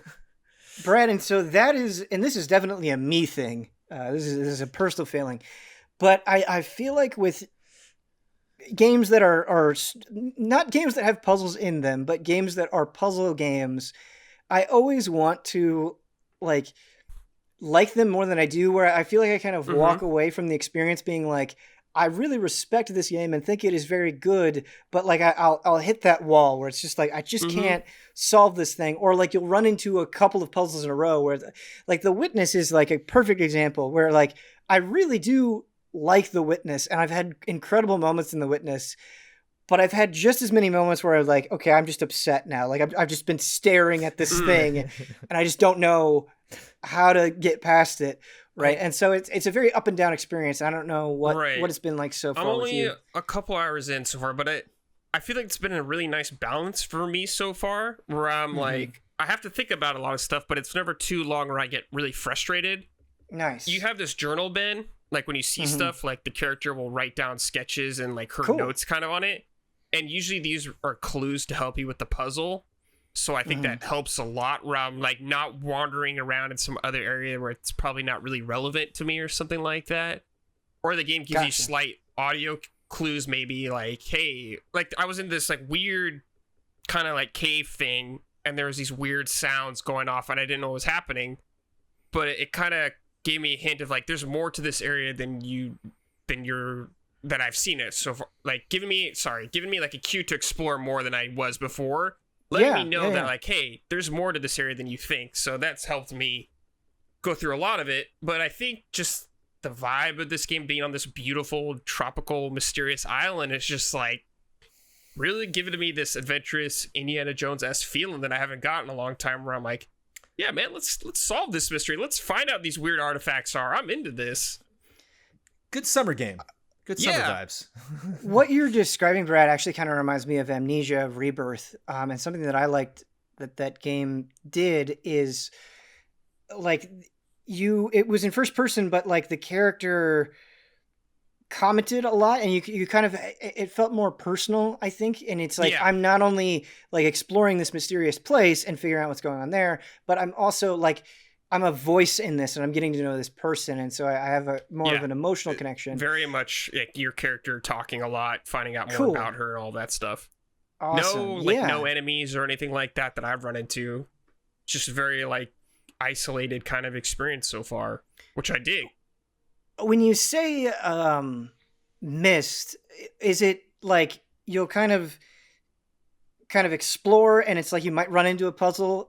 You're like, are you locked into solving that puzzle, or can you wander off and go somewhere else? How it usually is, I don't have like any experience with Myst. This is what I've heard in comparison, but usually the game is divided up into chapters, and each chapter is a location, and there's often, well, pretty much every time, multiple puzzles within that area. But you solve a puzzle to get to the next area, then you solve a puzzle to get to the next area, kind of thing, or maybe you'll go back to an area later on because it has the clue you needed for the new area, stuff like that.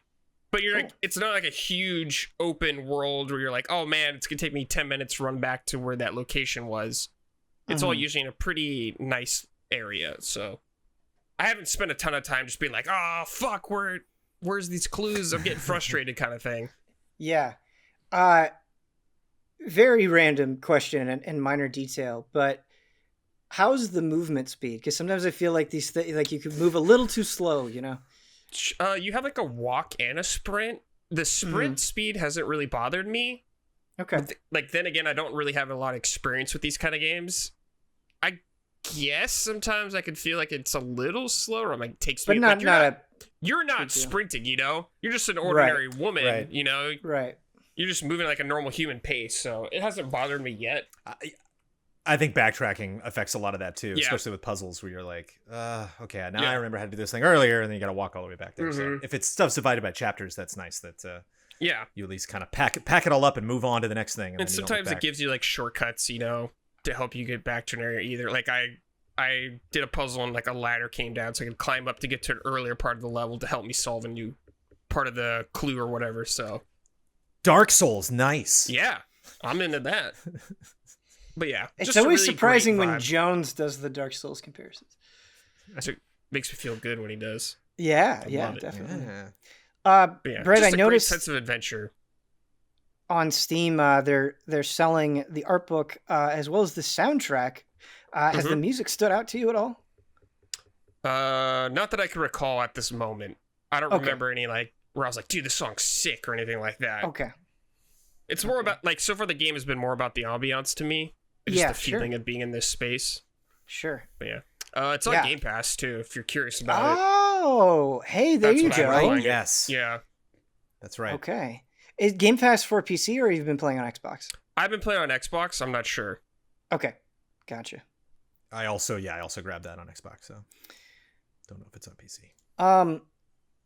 This last game, we don't have to spend a ton of time talking about it, but I just went through all of it again, and I hadn't played through all of it since the original release, but I just did a Resident Evil 4 playthrough.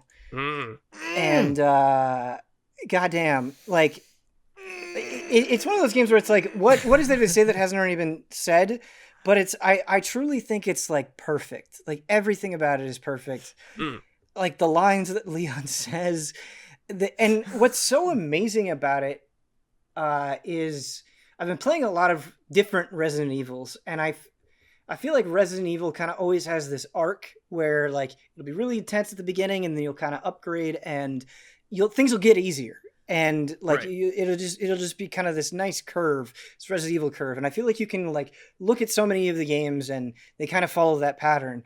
Resident Evil 4 really doesn't. That game kind of like starts as this intense beast, and it never really lets up in a really cool way, but it's not exhausting. It just like keeps throwing creative things at you that kind of push you to your limit without like feeling unfair. It's like, it is amazing how well the difficulty and like the encounter design is just so good. And like one of the best use of QuickTime events ever. Like there are moments where like you'll be fighting something and it's like, I can't kill it, but it'll be like poking at you through the ceiling, and you have to quickly hit 2 buttons to dodge it. And it's just, it doesn't like take away from the agency. It just is like a spike of like panic in a really cool way. It's so good. And I also want to say, because I when I originally played Resident Evil 4, this wasn't in the GameCube release. I did the 2 Ada things, Assignment Ada and Separate Ways, which is like a really lengthy 5-chapter Ada campaign. And it's so cool. Like Resident Evil 4 is such a complete game, because like not only do you get through the main story, you have all this cool stuff to unlock, you have mercenaries, of course, but then you have this whole separate lengthy campaign that fills in this really fascinating character and provides things from her perspective. And like, even though you're going through the same areas, like I don't know, it's I think either the combat is so good or like her section is different enough that it's still exciting. I think it was really cool just playing as Ada at that time, because we still don't know a lot about Ada, but especially at that point, like we didn't know a whole lot. We like never really played as Ada except for that part in 2, as far as I'm aware at the time. And it's like, that's a really small part. She just kind of vanished, and when she showed up, it was kind of surprising to me. Yeah, and it's cool, Brad, because in between the chapters of Separate Ways, she'll talk about different things. So it's like, oh, she's talking about Luis Serra, so it's like you get some more context for him, or she'll just comment on different aspects of Resident Evil 4, which I think is really nice. And they don't use it a lot, but it's kind of cool that you get to use the hook shot in the game, and there are like certain areas where you can zip up and collect stuff. Oh yeah. So that's pretty cool. Go ahead. I was just say I agree with you a lot on the scenario design of that game. Like one thing I recently, last time I played 6 with Mike, is I was just thinking about some of the scenarios of being trapped in areas with like Leon and Leon's campaign, and how I just felt like it was done better in 4 compared to 6. I'm just like, why is that? And I think just the pace of what it throws enemies at you and the tools it gives you in that section are just way better designed. And what was I going to say about 4 also? Oh yeah, I had a question also for you about it. How was the... Yeah, go for it. I love 4, and I know a lot of people share this opinion. My least favorite part of the game, from what I remember, is the island at the end, because that's when it, like, dudes start having guns and shit. And I think it's a cool contrast for a lot of the villagers, but I just want to get your take on it. I know there's like some weird cool shit in there too, like that we have to use like the infrared on the guys to shoot them, the regenerators or something like that. Yes, they're great. They're just absolutely I think there's great. some cool ideas there, but I just remember being like playing that and be like, this is kind of weird. I'm like thrown into a Call of Duty game. Yeah, I get that. I think I can agree with you that like aesthetically it's pretty boring. Because I remember Huber, before I had gotten to that section again, Huber was like, oh man, I really don't like the island. And yeah, I agree. Like the design of it is less interesting than the castle or the village. It's just like you could kind of insert that into any action or horror game, I feel like. So it's less distinct, but I actually think the encounter design on the island is really good. Because you mentioned like the guys with guns, and I immediately think of like the chain gun guys, and they're like pretty terrifying because they're like, if you don't deal with them right away, they'll shred you. Yeah, they'll shred you. And you can hear that like starting up. You're just like, oh, run. Because like I think about the island, and there's the environments that you're in are actually pretty cool because like there's an area early on where like you have a bunch of platforms and you can use that, and so you have to. It's a lot of like picking groups apart because I feel like they are throwing a shit ton of things at you, but just figuring out how to kind of dismantle them, I think is fun. And so I didn't have any huge problems with the island, and I don't know if it's just because like I've been playing so much Resident Evil lately that I was like more in tune with it. But I mean, I haven't played 4 in a long time, so I don't know. Yeah, I'd feel now. That's fair. Because like on this playthrough, I remember my first playthrough of Resident Evil 4. Krauser was a nightmare. Like I just remember really struggling with like the QTEs. Yeah, and like. Yeah. I was like, I just remember it being a sticking point, but on this playthrough, it was like a breeze. Like it wasn't like the fight itself was still intense, and like I had to do it a couple of times, but it wasn't the nightmare that I remember it being the first time. And so the other thing that everybody complains about that I will go to bat for, I think Ashley is good. I think she is not that hard to manage. And I think she's incorporated into the encounter design in like a pretty interesting way. There are moments, and you do have to get used to it, that I will say against Ashley, there'd be times where like I would be like trying to knife a dude and I would actually accidentally hit Ashley and she would just immediately die. And it's like, all right, come on. Like, come on. So in that sense, it can be a little annoying, but also... The Ashley there's a part where you're playing as Ashley and you have to do a sliding puzzle. Those are just shitty. Those are just not good. Don't do those. They're not fun. Yeah. From what I remember though, she just kind of stands there mostly, right? Unless you tell her to go somewhere. So you have you can either have her follow or wait, and a lot of times it's good before you get in there to be like, okay, you wait here, and then you kind of create some distance between you and her to fight enemies. But you got to be careful because they can grab her, and if they get far enough away, you know, you'll get a game over. I'm sure it's just a limitation of the time, but I think about it'd be cool now if, like, especially if this remake comes out, if she can, you don't have to quote unquote babysit her as much or so. Right. Like if you're in a scenario, she can kind of like take care of herself almost or run away a little bit. Dead Rising, you can give her items and stuff. That'd be cool. Yeah, it's so funny, and I forgot about it, but at the end on the jet ski with Ashley, she like asks you to come over. Yeah, no, it's like so weird. Yeah. I'm curious. Like, no. Yeah. Well, and in 4, well, because they had a long jet ski ride after that. So he's literally like Leon's just riding, and she's like hugging him from behind. He's like, oh god. Leon also hits on Hunnigan in 4, which is really weird and very different than other Hunnigan interactions in later things. Then Ada shows up, and he's like, Hunnigan who? He's just all about Ada. Yeah. She's alive? Oh, shit. It's funny, because I think the key that she gives you for the jet ski, Ada, it has like a little teddy bear on it. And you're like, okay, that's good. That's good. One thing I've been thinking about with Resident Evil 4 specifically, Ben, after just having played 8, and I think it's also true of 7, is 4, I think, is the most replayable game I've ever played. It's never a bad time to play Resident Evil 4. Like, she's like, sure, let's do it. Let's run through and I'll shoot all the medallions and level up my guns, have a good time. And I think one of the reasons for that is as much as I love 7 and Village, there are segments that are more geared toward that first playthrough horror experience where like you put me in a situation where I'm like, this is terrifying, and then the second time I play it I'm like, okay, like let's get through this part. Are you saying that in 4 I'm scared. 8? I don't know.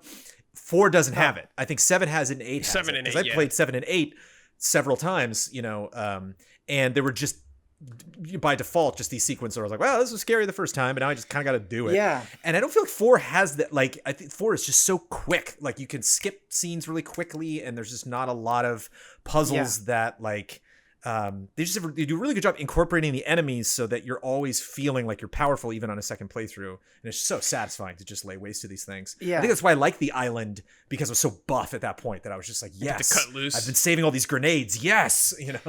Brandon, I think you're way onto something, because on my first playthrough of Village, the Beneviento house was fantastic. And then the second time I did it, it had like no power anymore, because it's like, okay, I know exactly what's going to happen, and it's actually extremely linear. Like, I just put this thing there and this thing there and then this thing there, and it just was like not fun anymore. And you're right. I don't think 4 really has that. I do think the Del Lago fight in 4 kind of sucks, and is not that much fun. The fish fight, sure, but it's not that long. Yeah. It's only like a minute or two, and you're through it. And so I do. I think it's a really replayable game. I agree.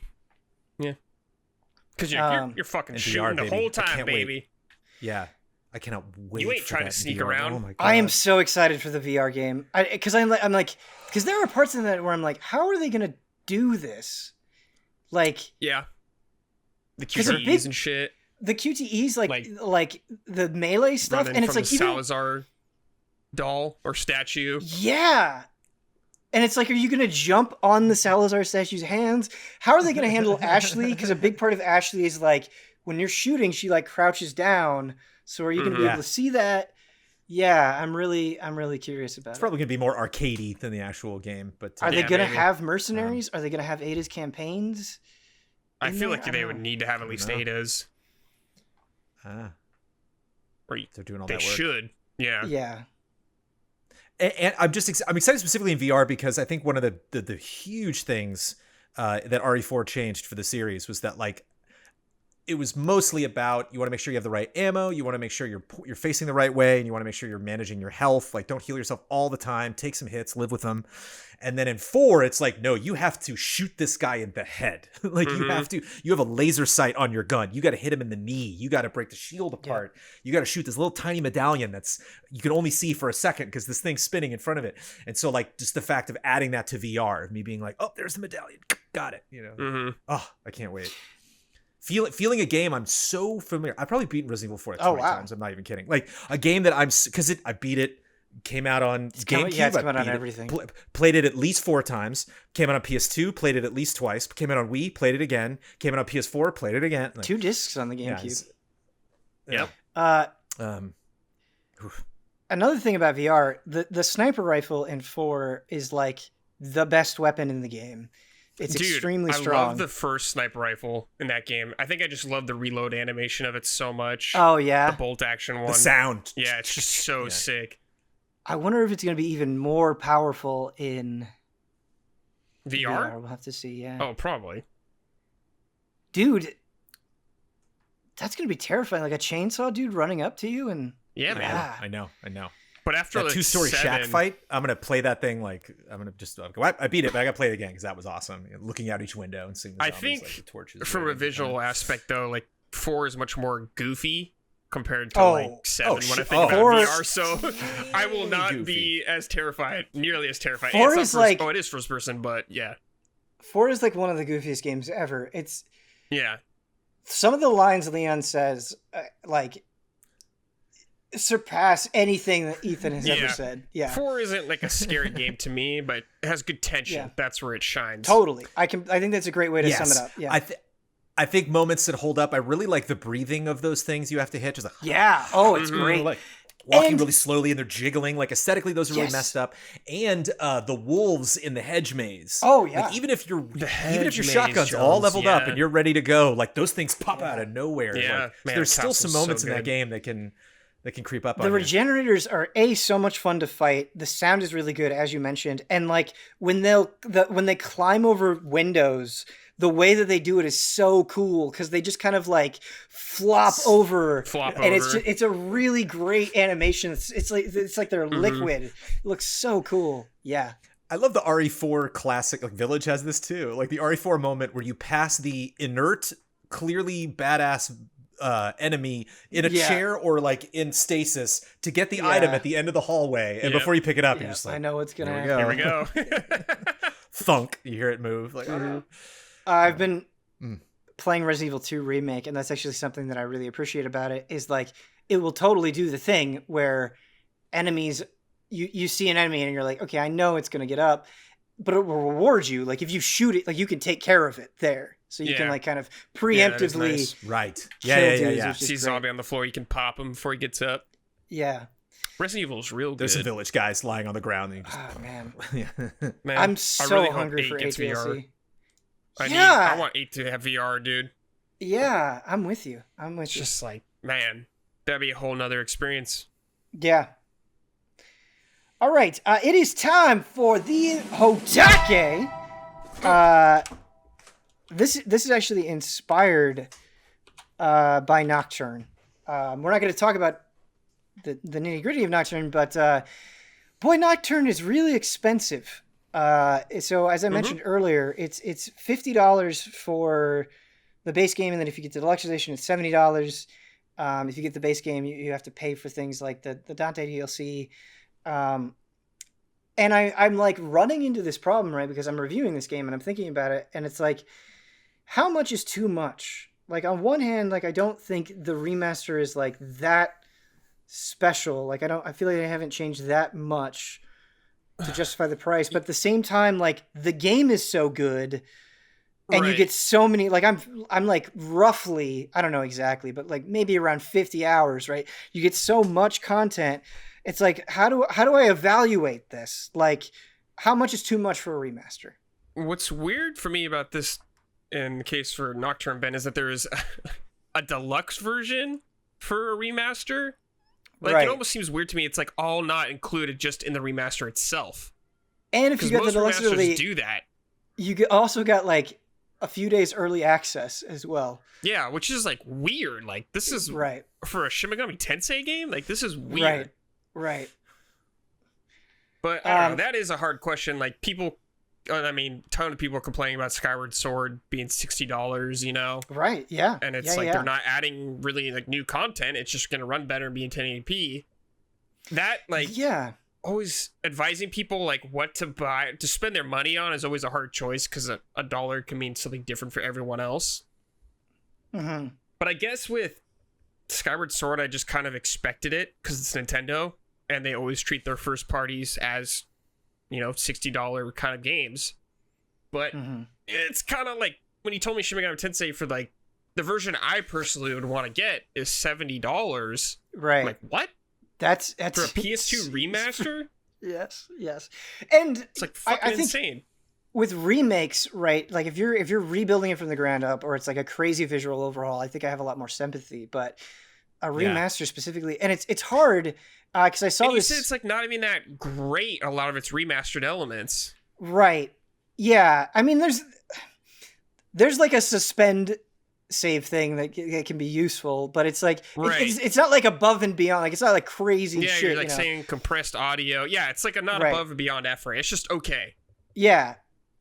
It's serviceable, especially but it's a really a niche or a niche kind of game. It's strange to me.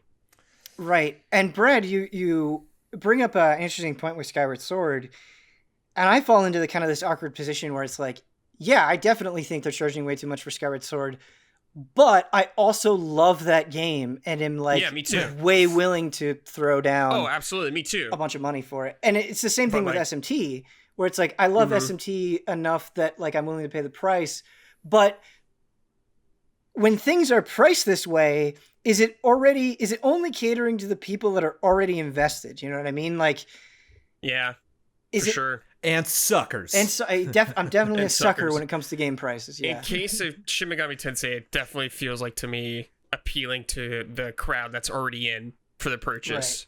Right. Yeah. Right.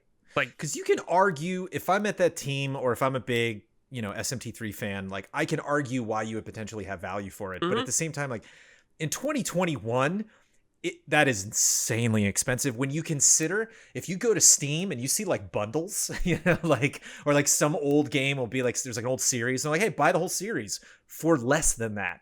Like the fact that I'm playing Mass Effect right now, $60, you get Mass Effect 1, Mass Effect 2, Mass Effect 3, and all the DLCs. It's like they're just making you look bad. Like that's just more. Yeah, like Shin Megami Tensei is more if you want the DLC than Mass Effect with 3 games. It's kind of crazy. It's crazy. Yeah. So it's tricky when you talk about value because it's all, I believe it's, we can make blanket statements, but as far as somebody making their own purchasing decision, it's like that value is in the eye of the beholder. Like I could freely give SMT3 to two different people, and one person could be like, oh my God, thank you. And the other person's like, I'm not going to do this. I totally agree. So yeah, I think it's just the launch price tag. It's just if you want to get in now, but it's just, that seems like a game that will be potentially less than that someday. And so I think just it's a risk that publisher is taking. But yeah, there's no way with seeing just how crazy dirt cheap you can get some other games after extended time that are, that have been remastered or remade or re-released. To play devil's advocate, I mentioned like, I think that price tag is probably like maybe keeping some newcomers away. And I think that's probably true.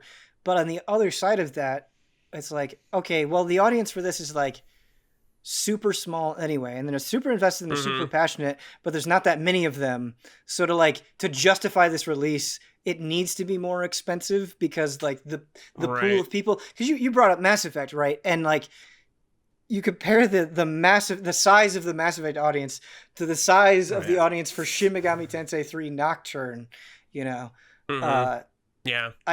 just a world of difference. So I wonder if that plays into it, and is that a justification? Yeah, that's true. I don't know, man. Yeah, it's always hard to figure out what's worth it for some people. Right. I mean, Brad, you mentioned the price tag kind of being like off-putting for you. I mean, is that tangibly like delaying how quickly you would play that game? I mean, yeah, like I want the $70 version because I don't want the DLC. Like that's like a check of like, I'm not going to get this right now kind of thing. The biggest check for me is like, I just don't have time to play this game right now, or I don't want to invest the mental capacity it takes to get through this game at the moment. Right. But I mean, it doesn't help. Maybe if it was like $40, I'd been like, oh. I wonder if it'll be $40 when SMT5 comes out. Now that people maybe. Like, oh, SMT5 was my first one and I love it. I want to go back. And it's like, wow, they remastered it. I wonder if they could do like a bundle. Say the quality of the game's not worth or anything like that, but just for me right now, I'm like, I don't know. It's just a little barrier for me. Yeah, that's another thing to consider though. I mean, SMT5 is theoretically coming out this year.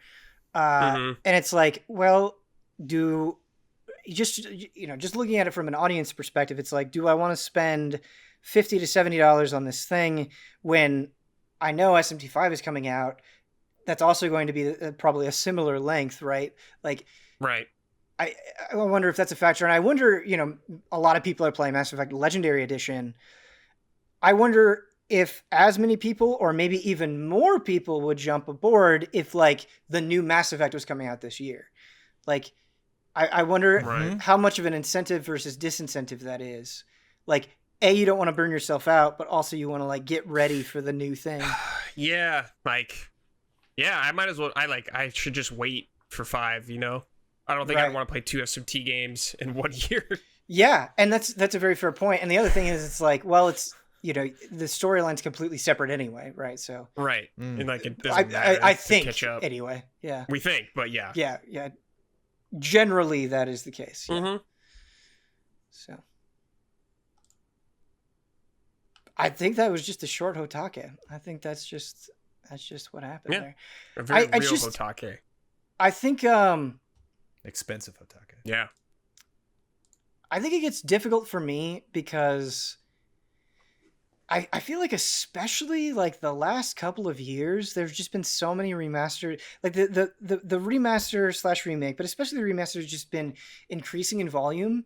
And it's like, I feel like I'm spending more money on older games getting re-released than I am like brand new games. Right. And like on one hand, like I'm happy about it, right? Like Legend of Mana is coming out. Never played that game. It looks gorgeous. I'm super interested. But it is weird when I feel like I look at my gaming budget and I'm just spending more on older stuff. I don't know if that's like a troubling sign for the industry or not. But no, that's the thing. Is like, I don't think SMT3 being $70 is something we should necessarily fix in the industry or be like, no, don't do that. I just think it's the risk of them. It's them saying we need to ask more from our smaller community. Right. We need to make more on this than typically other people would. That's got to be a difficult thing to gauge in terms of popularity, because I saw a tweet from somebody today who said they just finished their 34th Mass Effect playthrough, and it's like, well, yeah, they were gonna buy it. That remaster could have been $200, and they buy it. They would just get 34 it because it's just playthroughs of Mass Effect. Yeah, and that's such a specific number that I have to believe them. Like I have to. Mm-hmm. It's like it wasn't just like 100th or something. It was like, no, I count them. So I think it's you not leveraging your game as far as quality of what's inside of it, you leveraging how much money you can make off your fan base. And maybe this will be a lesson for them. Maybe this will work out, or maybe they'll be like, okay, we should drop that price or bundle it with something else at some point, or keep that in mind if we want to remaster SMT4 or something else. Well, it's hard because I would totally be down for more Atlas remasters, and I do want them, like I want it to do well, because I want more SMT games on contemporary platforms. But yeah, I just think they're asking a little too much. Mm-hmm. And I want to spend money too, Ben, because I want more of these. Like there's so many franchises that I want to come back. Like I want that SSX Tricky, remake so much. It's like I would pay double for Mass Effect if you could take that other, $60, put it towards, a remake that I want. And so it's tough not to get excited and jump at these things when they happen, because you're like, yes. And it's not even pay attention to other publishers with franchise I enjoy that's went away. It's not even like, I don't think it would have to be that much of a discount. I feel like for Nocturne specifically, if they just knocked down both the regular and deluxe editions down by like $10, I would have a much different viewpoint on this. And it might be in the calendar for them. That literally might be a date they're planning on doing that. We'll see. All right. Are we ready for some emails, gentlemen? Yeah. Hell yeah. God damn, just think about RE4 right now. Dude, play RE4. The other thing about RE4, I'm just combining treasures and selling them and sorting my shotgun. It's like the perfect length as well, where like it's long enough to be satisfying, but there's no part where it's like a total slog, or like you dread when you replay. Right. Like, it's right there. It's right in the pocket. It's great. All right. Our first email comes in from Davis. He says, greetings from Big Bear, California. Summer is finally here. Growing up, and even now as a busy college student, finding time to devote to a full-length JRPG during the school year is difficult. To me, JRPGs go together with summer like a tall, ice-cold glass of lemonade, or homemade ramen on a long and rainy summer night. Yo, this guy sounds awesome. Yeah. I have some JRPGs in my backlog that I would like the panel to help me sort through. The rules are simple. The panel will choose games from 3 categories: full course meals, very long RPGs, afternoon snack, medium length RPGs. I find it funny that he describes these as medium length because they're very long. I can't wait to find out. Yeah. Or tasty morsels, short RPGs. Since the summer doesn't last forever, I'll have time to play either 1 full course meal, 2 afternoon snacks, or 3 tasty morsels. I'll also accept 1 afternoon snack and 1 tasty morsel. I'm at the RPG cafeteria right now. Yeah. I only got so much room on right. my plate. Yeah, man. Yeah, so I think maybe we'll just like pick 1 from each category. So the full course meals, or I guess we could. Well, let's go from there because we have to look at all the categories. So the full course meals, these are the longest ones. So Persona 5, 124 hours. He's getting all of this from How Long to Beat. Okay. I would, even though I have not gone through all of it, just based on what I've been told and what I've experienced, I would definitely play Royal. I would see no reason to play vanilla over Royal. Based on what I've seen as well, yeah. So Persona 5, 124 hours. Dragon Quest 11 S, Echoes of the Elusive Age, 89 hours. I think it might be even more than that. Dragon Quest 8, Journey... Oh, I easily broke 100 for that. Yeah, Dragon Quest 8, Journey of the Cursed King, 81 hours. Oh, man. I love all 3 of those games. I feel like 8 is like a little... Is it that long?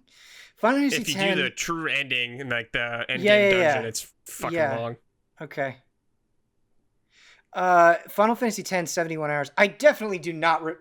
Final Fantasy 10 is not 71 hours. That seems long to me. I can say with confidence that 10 is not 71 hours long.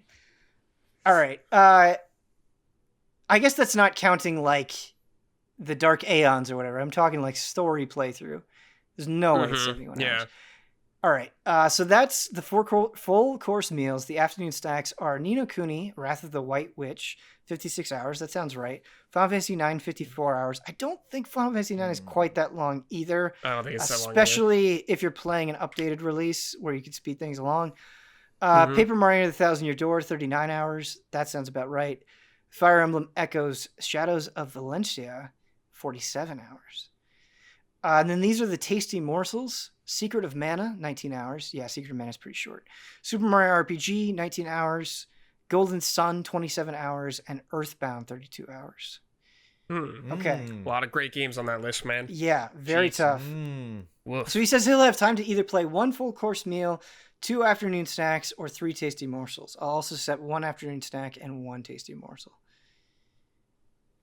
It's tough too because I think these things might cancel each other out. Like, I don't know if you want to do Persona 5 and Earthbound. That might be a little too much after school special for you. You know, like that you might want to, like, you know, pair that with a, you know, Paper Mario or something, something a little more stylistically different.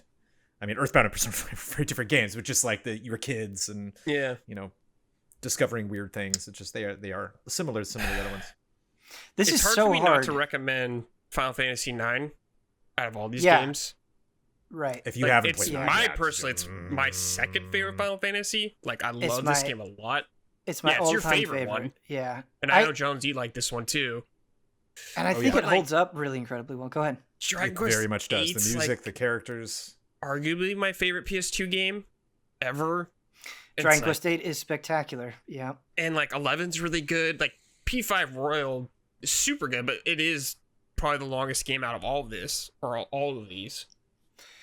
Yeah, it's just, I think what's hard with this list that makes it difficult to kind of pare down, and why it's kind of an interesting email, is like this is from all over the place. I mean, you have some like stone cold old classics, and then you have kind of like the hot newness as well, and it's hard like prioritizing one over the other. And then you have some of these where it's like, well, you know, this has an amazing story, or like this has like just a great vibe to it, or like these are all kind of pulling in different directions for me. Like, it's hard comparing Secret of Mana to Persona 5. You know what I mean? Like, it's hard. Right. Sure. I would still, having not actually played it, just kind of like hung out over the shoulder of Bloodworth, I would still, if you are a big fan of RPGs and you're looking to finish some things this summer, I would recommend Earthbound, because there's just nothing like it. There's nothing like Earthbound is way different from everything on that list. Yeah, totally. Paper Mario is also pretty different. I think as a JRPG fan, you'd get a kick out of it. You'd be like, what are these enemies? What are these abilities? Yeah. Maybe get a guide. Get a little confusing. So he says he would take 3 tasty morsels, and I actually think that might be the way to go.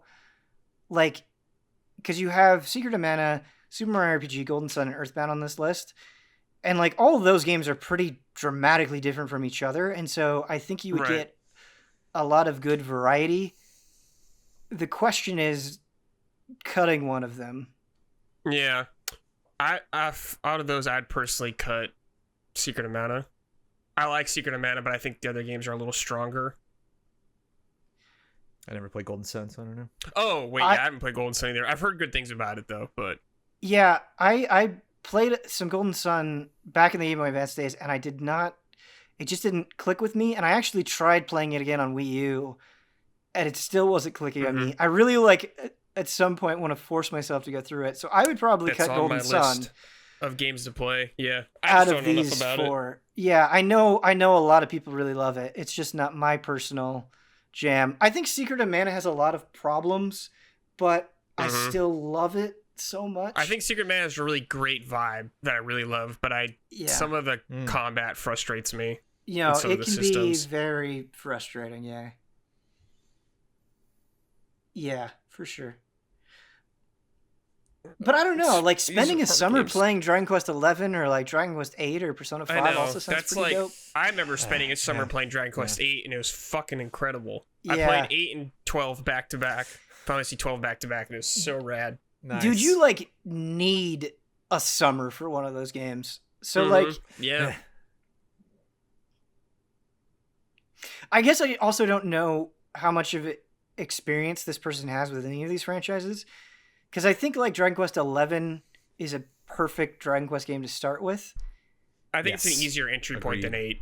Yeah, I think it's an easier entry point than 8. Yeah. I feel like we're not being helpful at all. I know. This is like Dragon Quest 11 and Earthbound done. Dragon Quest 11 and Earthbound. I feel like that's not bad. Done. Have a good summer. It's not bad. Yeah. Persona 5 is not a summer game. It's during the school year. You have to play it during the school year. That's a year-long game. Yeah. Playing Persona 5 during the winter sounds right. I don't know. Playing Persona 5 at any time is not incorrect. So. Right. Yeah. I'm just kidding. There's no wrong answers to this. Real good. We'll go with Earthbound Dragon Quest 11. Yeah. Okay. I like that answer because you have a much more modern JRPG and a really old retro one. What's so funny about very that, though? Straightforward, hard to get lost JRPG and an extremely confusing wacko RPG. Yeah. Like, it's not going to make a lot of sense, but it's funny. Funny. What's funny is I do think, specifically for Dragon Quest, 11 is like pretty modernized, but there's a lot of Dragon Quest 11 that is very retro-ish, you know? In terms of in Dragon Quest, it's modern. Yes, I agree with that. Yes, I agree with that. Okay.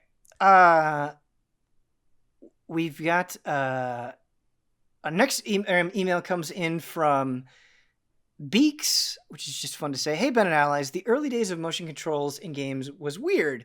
Which of the big three do you think it had the greatest effect on? Whether it be Kinect harming Xbox into the Xbox One generation, or Nintendo's huge success then fall off from the Wii to Wii U generations. And hey, I guess Sony had an easier transition to VR because of it. Motion controls have been around for a while, but which company do you think is feeling the effects of them most to this day? Sony. You think so? Because you're still doing it, you know. It's like, and it's still interesting, and I'm curious to see what they do with PSVR 2. Whereas, like, I just saw the recent Mario Golf trailer, and they were like, and you can also take the, the what are they called? Joy-Cons. Yeah, the Joy-Cons. They're like, you take your Joy-Con, and I'm like, never, ever. I know, I'm not gonna do that shit. Because it just seems like an afterthought. It just seems like, oh, that works too, and it's like, well, I'm not gonna play it that way. Like, maybe if I'm really, really bored, but like. Nah. I don't think I've Speaking of the Wii U, remember when you had the golf ball like on the Wii U pad on the floor? And Xbox just, maybe good things had come out of that at the end of the day, but I completely abandoned Sony's still like literally actively today in 2021 announcing and doing things that could not work without their motion technology. So as much as I hated the 6-axis. I see what you're saying, Brandon, and I think that's very logical, but I don't think any of the big three like had it affect their identity as much as Nintendo. Like, I feel like it was like from that perspective, definitely. Like, definitely the other companies have used it, and you're right, Sony's still using it, but I feel like you can just completely ignore it and still get a lot of Sony. Whereas like it was like all of Nintendo in a way that like it redefined them, and now I feel like they're redefining themselves from that point. Although it is funny because like you're right, like PSVR still using it. I don't think I've used a Joy-Con in like over a year. Well, it's like the ice cubes. Remember they were like, listen to the ice cubes. Like nothing has come out of that. You know, like, it wasn't. I'm going to use them for Skyward Sword though. I'm busting those Joy-Cons out. Oh yeah. I'm so because I'm so stoked. I'm so stoked to use the sticks for Skyward Sword. Most people are. I love the motion control, dude. In Skyward Sword, it's so fun. Yeah, I think it's definitely a lot better than a lot of the other Waggle stuff. I'm really into just embracing the gimmick so hard in that game. Okay, I'm all for it. Well, I think they use it pretty creatively there as well. Like I think of like the Ghirahim fight is pretty cool. It's probably one of the best Nintendo motion games out there. Yeah, I think it's probably just straight up one of the best motion control experiences I've ever had. Kinect is so weird to me because like I feel like PlayStation Move outside of the context of like PSVR was like never that big of a deal. Like I know it kind of like had a bit of a bubble, but I remember Kinect and like people were freaking out. Like it seemed really crazy, and then it just like totally vanished. and no one gave a shit about out. it anymore. Yeah. Well, you see what they're doing with HoloLens, where like HoloLens does not have a consumer version at all. Like HoloLens is only for gigantic companies, like ocean liners traveling to the depths of the Earth that are like using motion stuff and HoloLens to like talk to each other or like show information. It's just not like they realize like this is a bad idea to try to sell that to consumers. Right. Like Kinect was fascinating because I think it's some of the most interesting tech that's ever been introduced in gaming with just like nothing to support it. Like there was just no, it wasn't like there was like a Wii Sports Killer app. There was no game it was like that Sesame Street game, I guess. Well, what was that harmonics game? That got a little bit of buzz. Was it Dance Central? Oh, they did the Fantasia game too that I was not a fan of. No, but like Dance Central had some buzz on it. Wasn't that Kinect-y? Yeah, I think Dance Central was kind of big, kind of. They also had Child of Eden as well. I always wanted to try Fable, but I heard it was garbage. Yeah, I didn't play it either. Yeah. There was that Gunstring game. I forgot what it was called, but Gunstringer, that was fun. Yeah. And Star Wars feels like a lifetime. But like we're in the VR era now. It's like why? Yeah, right. it's totally. You're right. Yeah. No reason to go back. You can buy a VR headset and spend nothing, $0 on software for months and be extremely entertained. Mm-hmm. Whereas like I can maybe mention on one hand, so like maybe Kinect games you should now go back and would be worth it, to plug everything in. But bummer. Our last email comes in from Marcin. Hi, Ben and Allies. A few days ago, I started cleaning my apartment and wanted to turn on some chill music and found an album I didn't listen to for a long time from David August called Times, a very interesting and chill electronic album. My mind wandered, as it sometimes does, and I imagined a game that would fit the soundtrack. An adventure game in deserted places similar to Nier Automata. An emotional journey with a brooding and scarred protagonist, a dimly lit, sprawling city where you can't trust anyone. I even thought of some songs that would be perfect for boss fights. My question to you is, can you think of any musician's album you could imagine a game to? And if so, what kind of game would it be? I actually think about this a lot. Where I'll be listening to a song. Go ahead. I think of like a lot of like heavier kind of music, like metal and stuff. I'm like, oh, they can just put this in Devil May Cry now, because like a lot of Devil May Cry like has heavy ass shit in it, like Dante's theme, for example. I'm like, this should just be cool music to kill demons to, or Doom or something like that. Yeah, I think about this a lot, and you're not wrong. I do think that you could. There are some cases where you could add a lot to a specific genre; it would work. But then there are other times where I'm like, okay, this song wasn't made for a game, and like the album has like a theme to it, and so like taking it out would feel weird. Or I think sometimes just like music with lyrics don't really work in general. But yeah, like, because I would love more games to have Metallica music, but it's like, could they make it work in a way that wouldn't be distracting?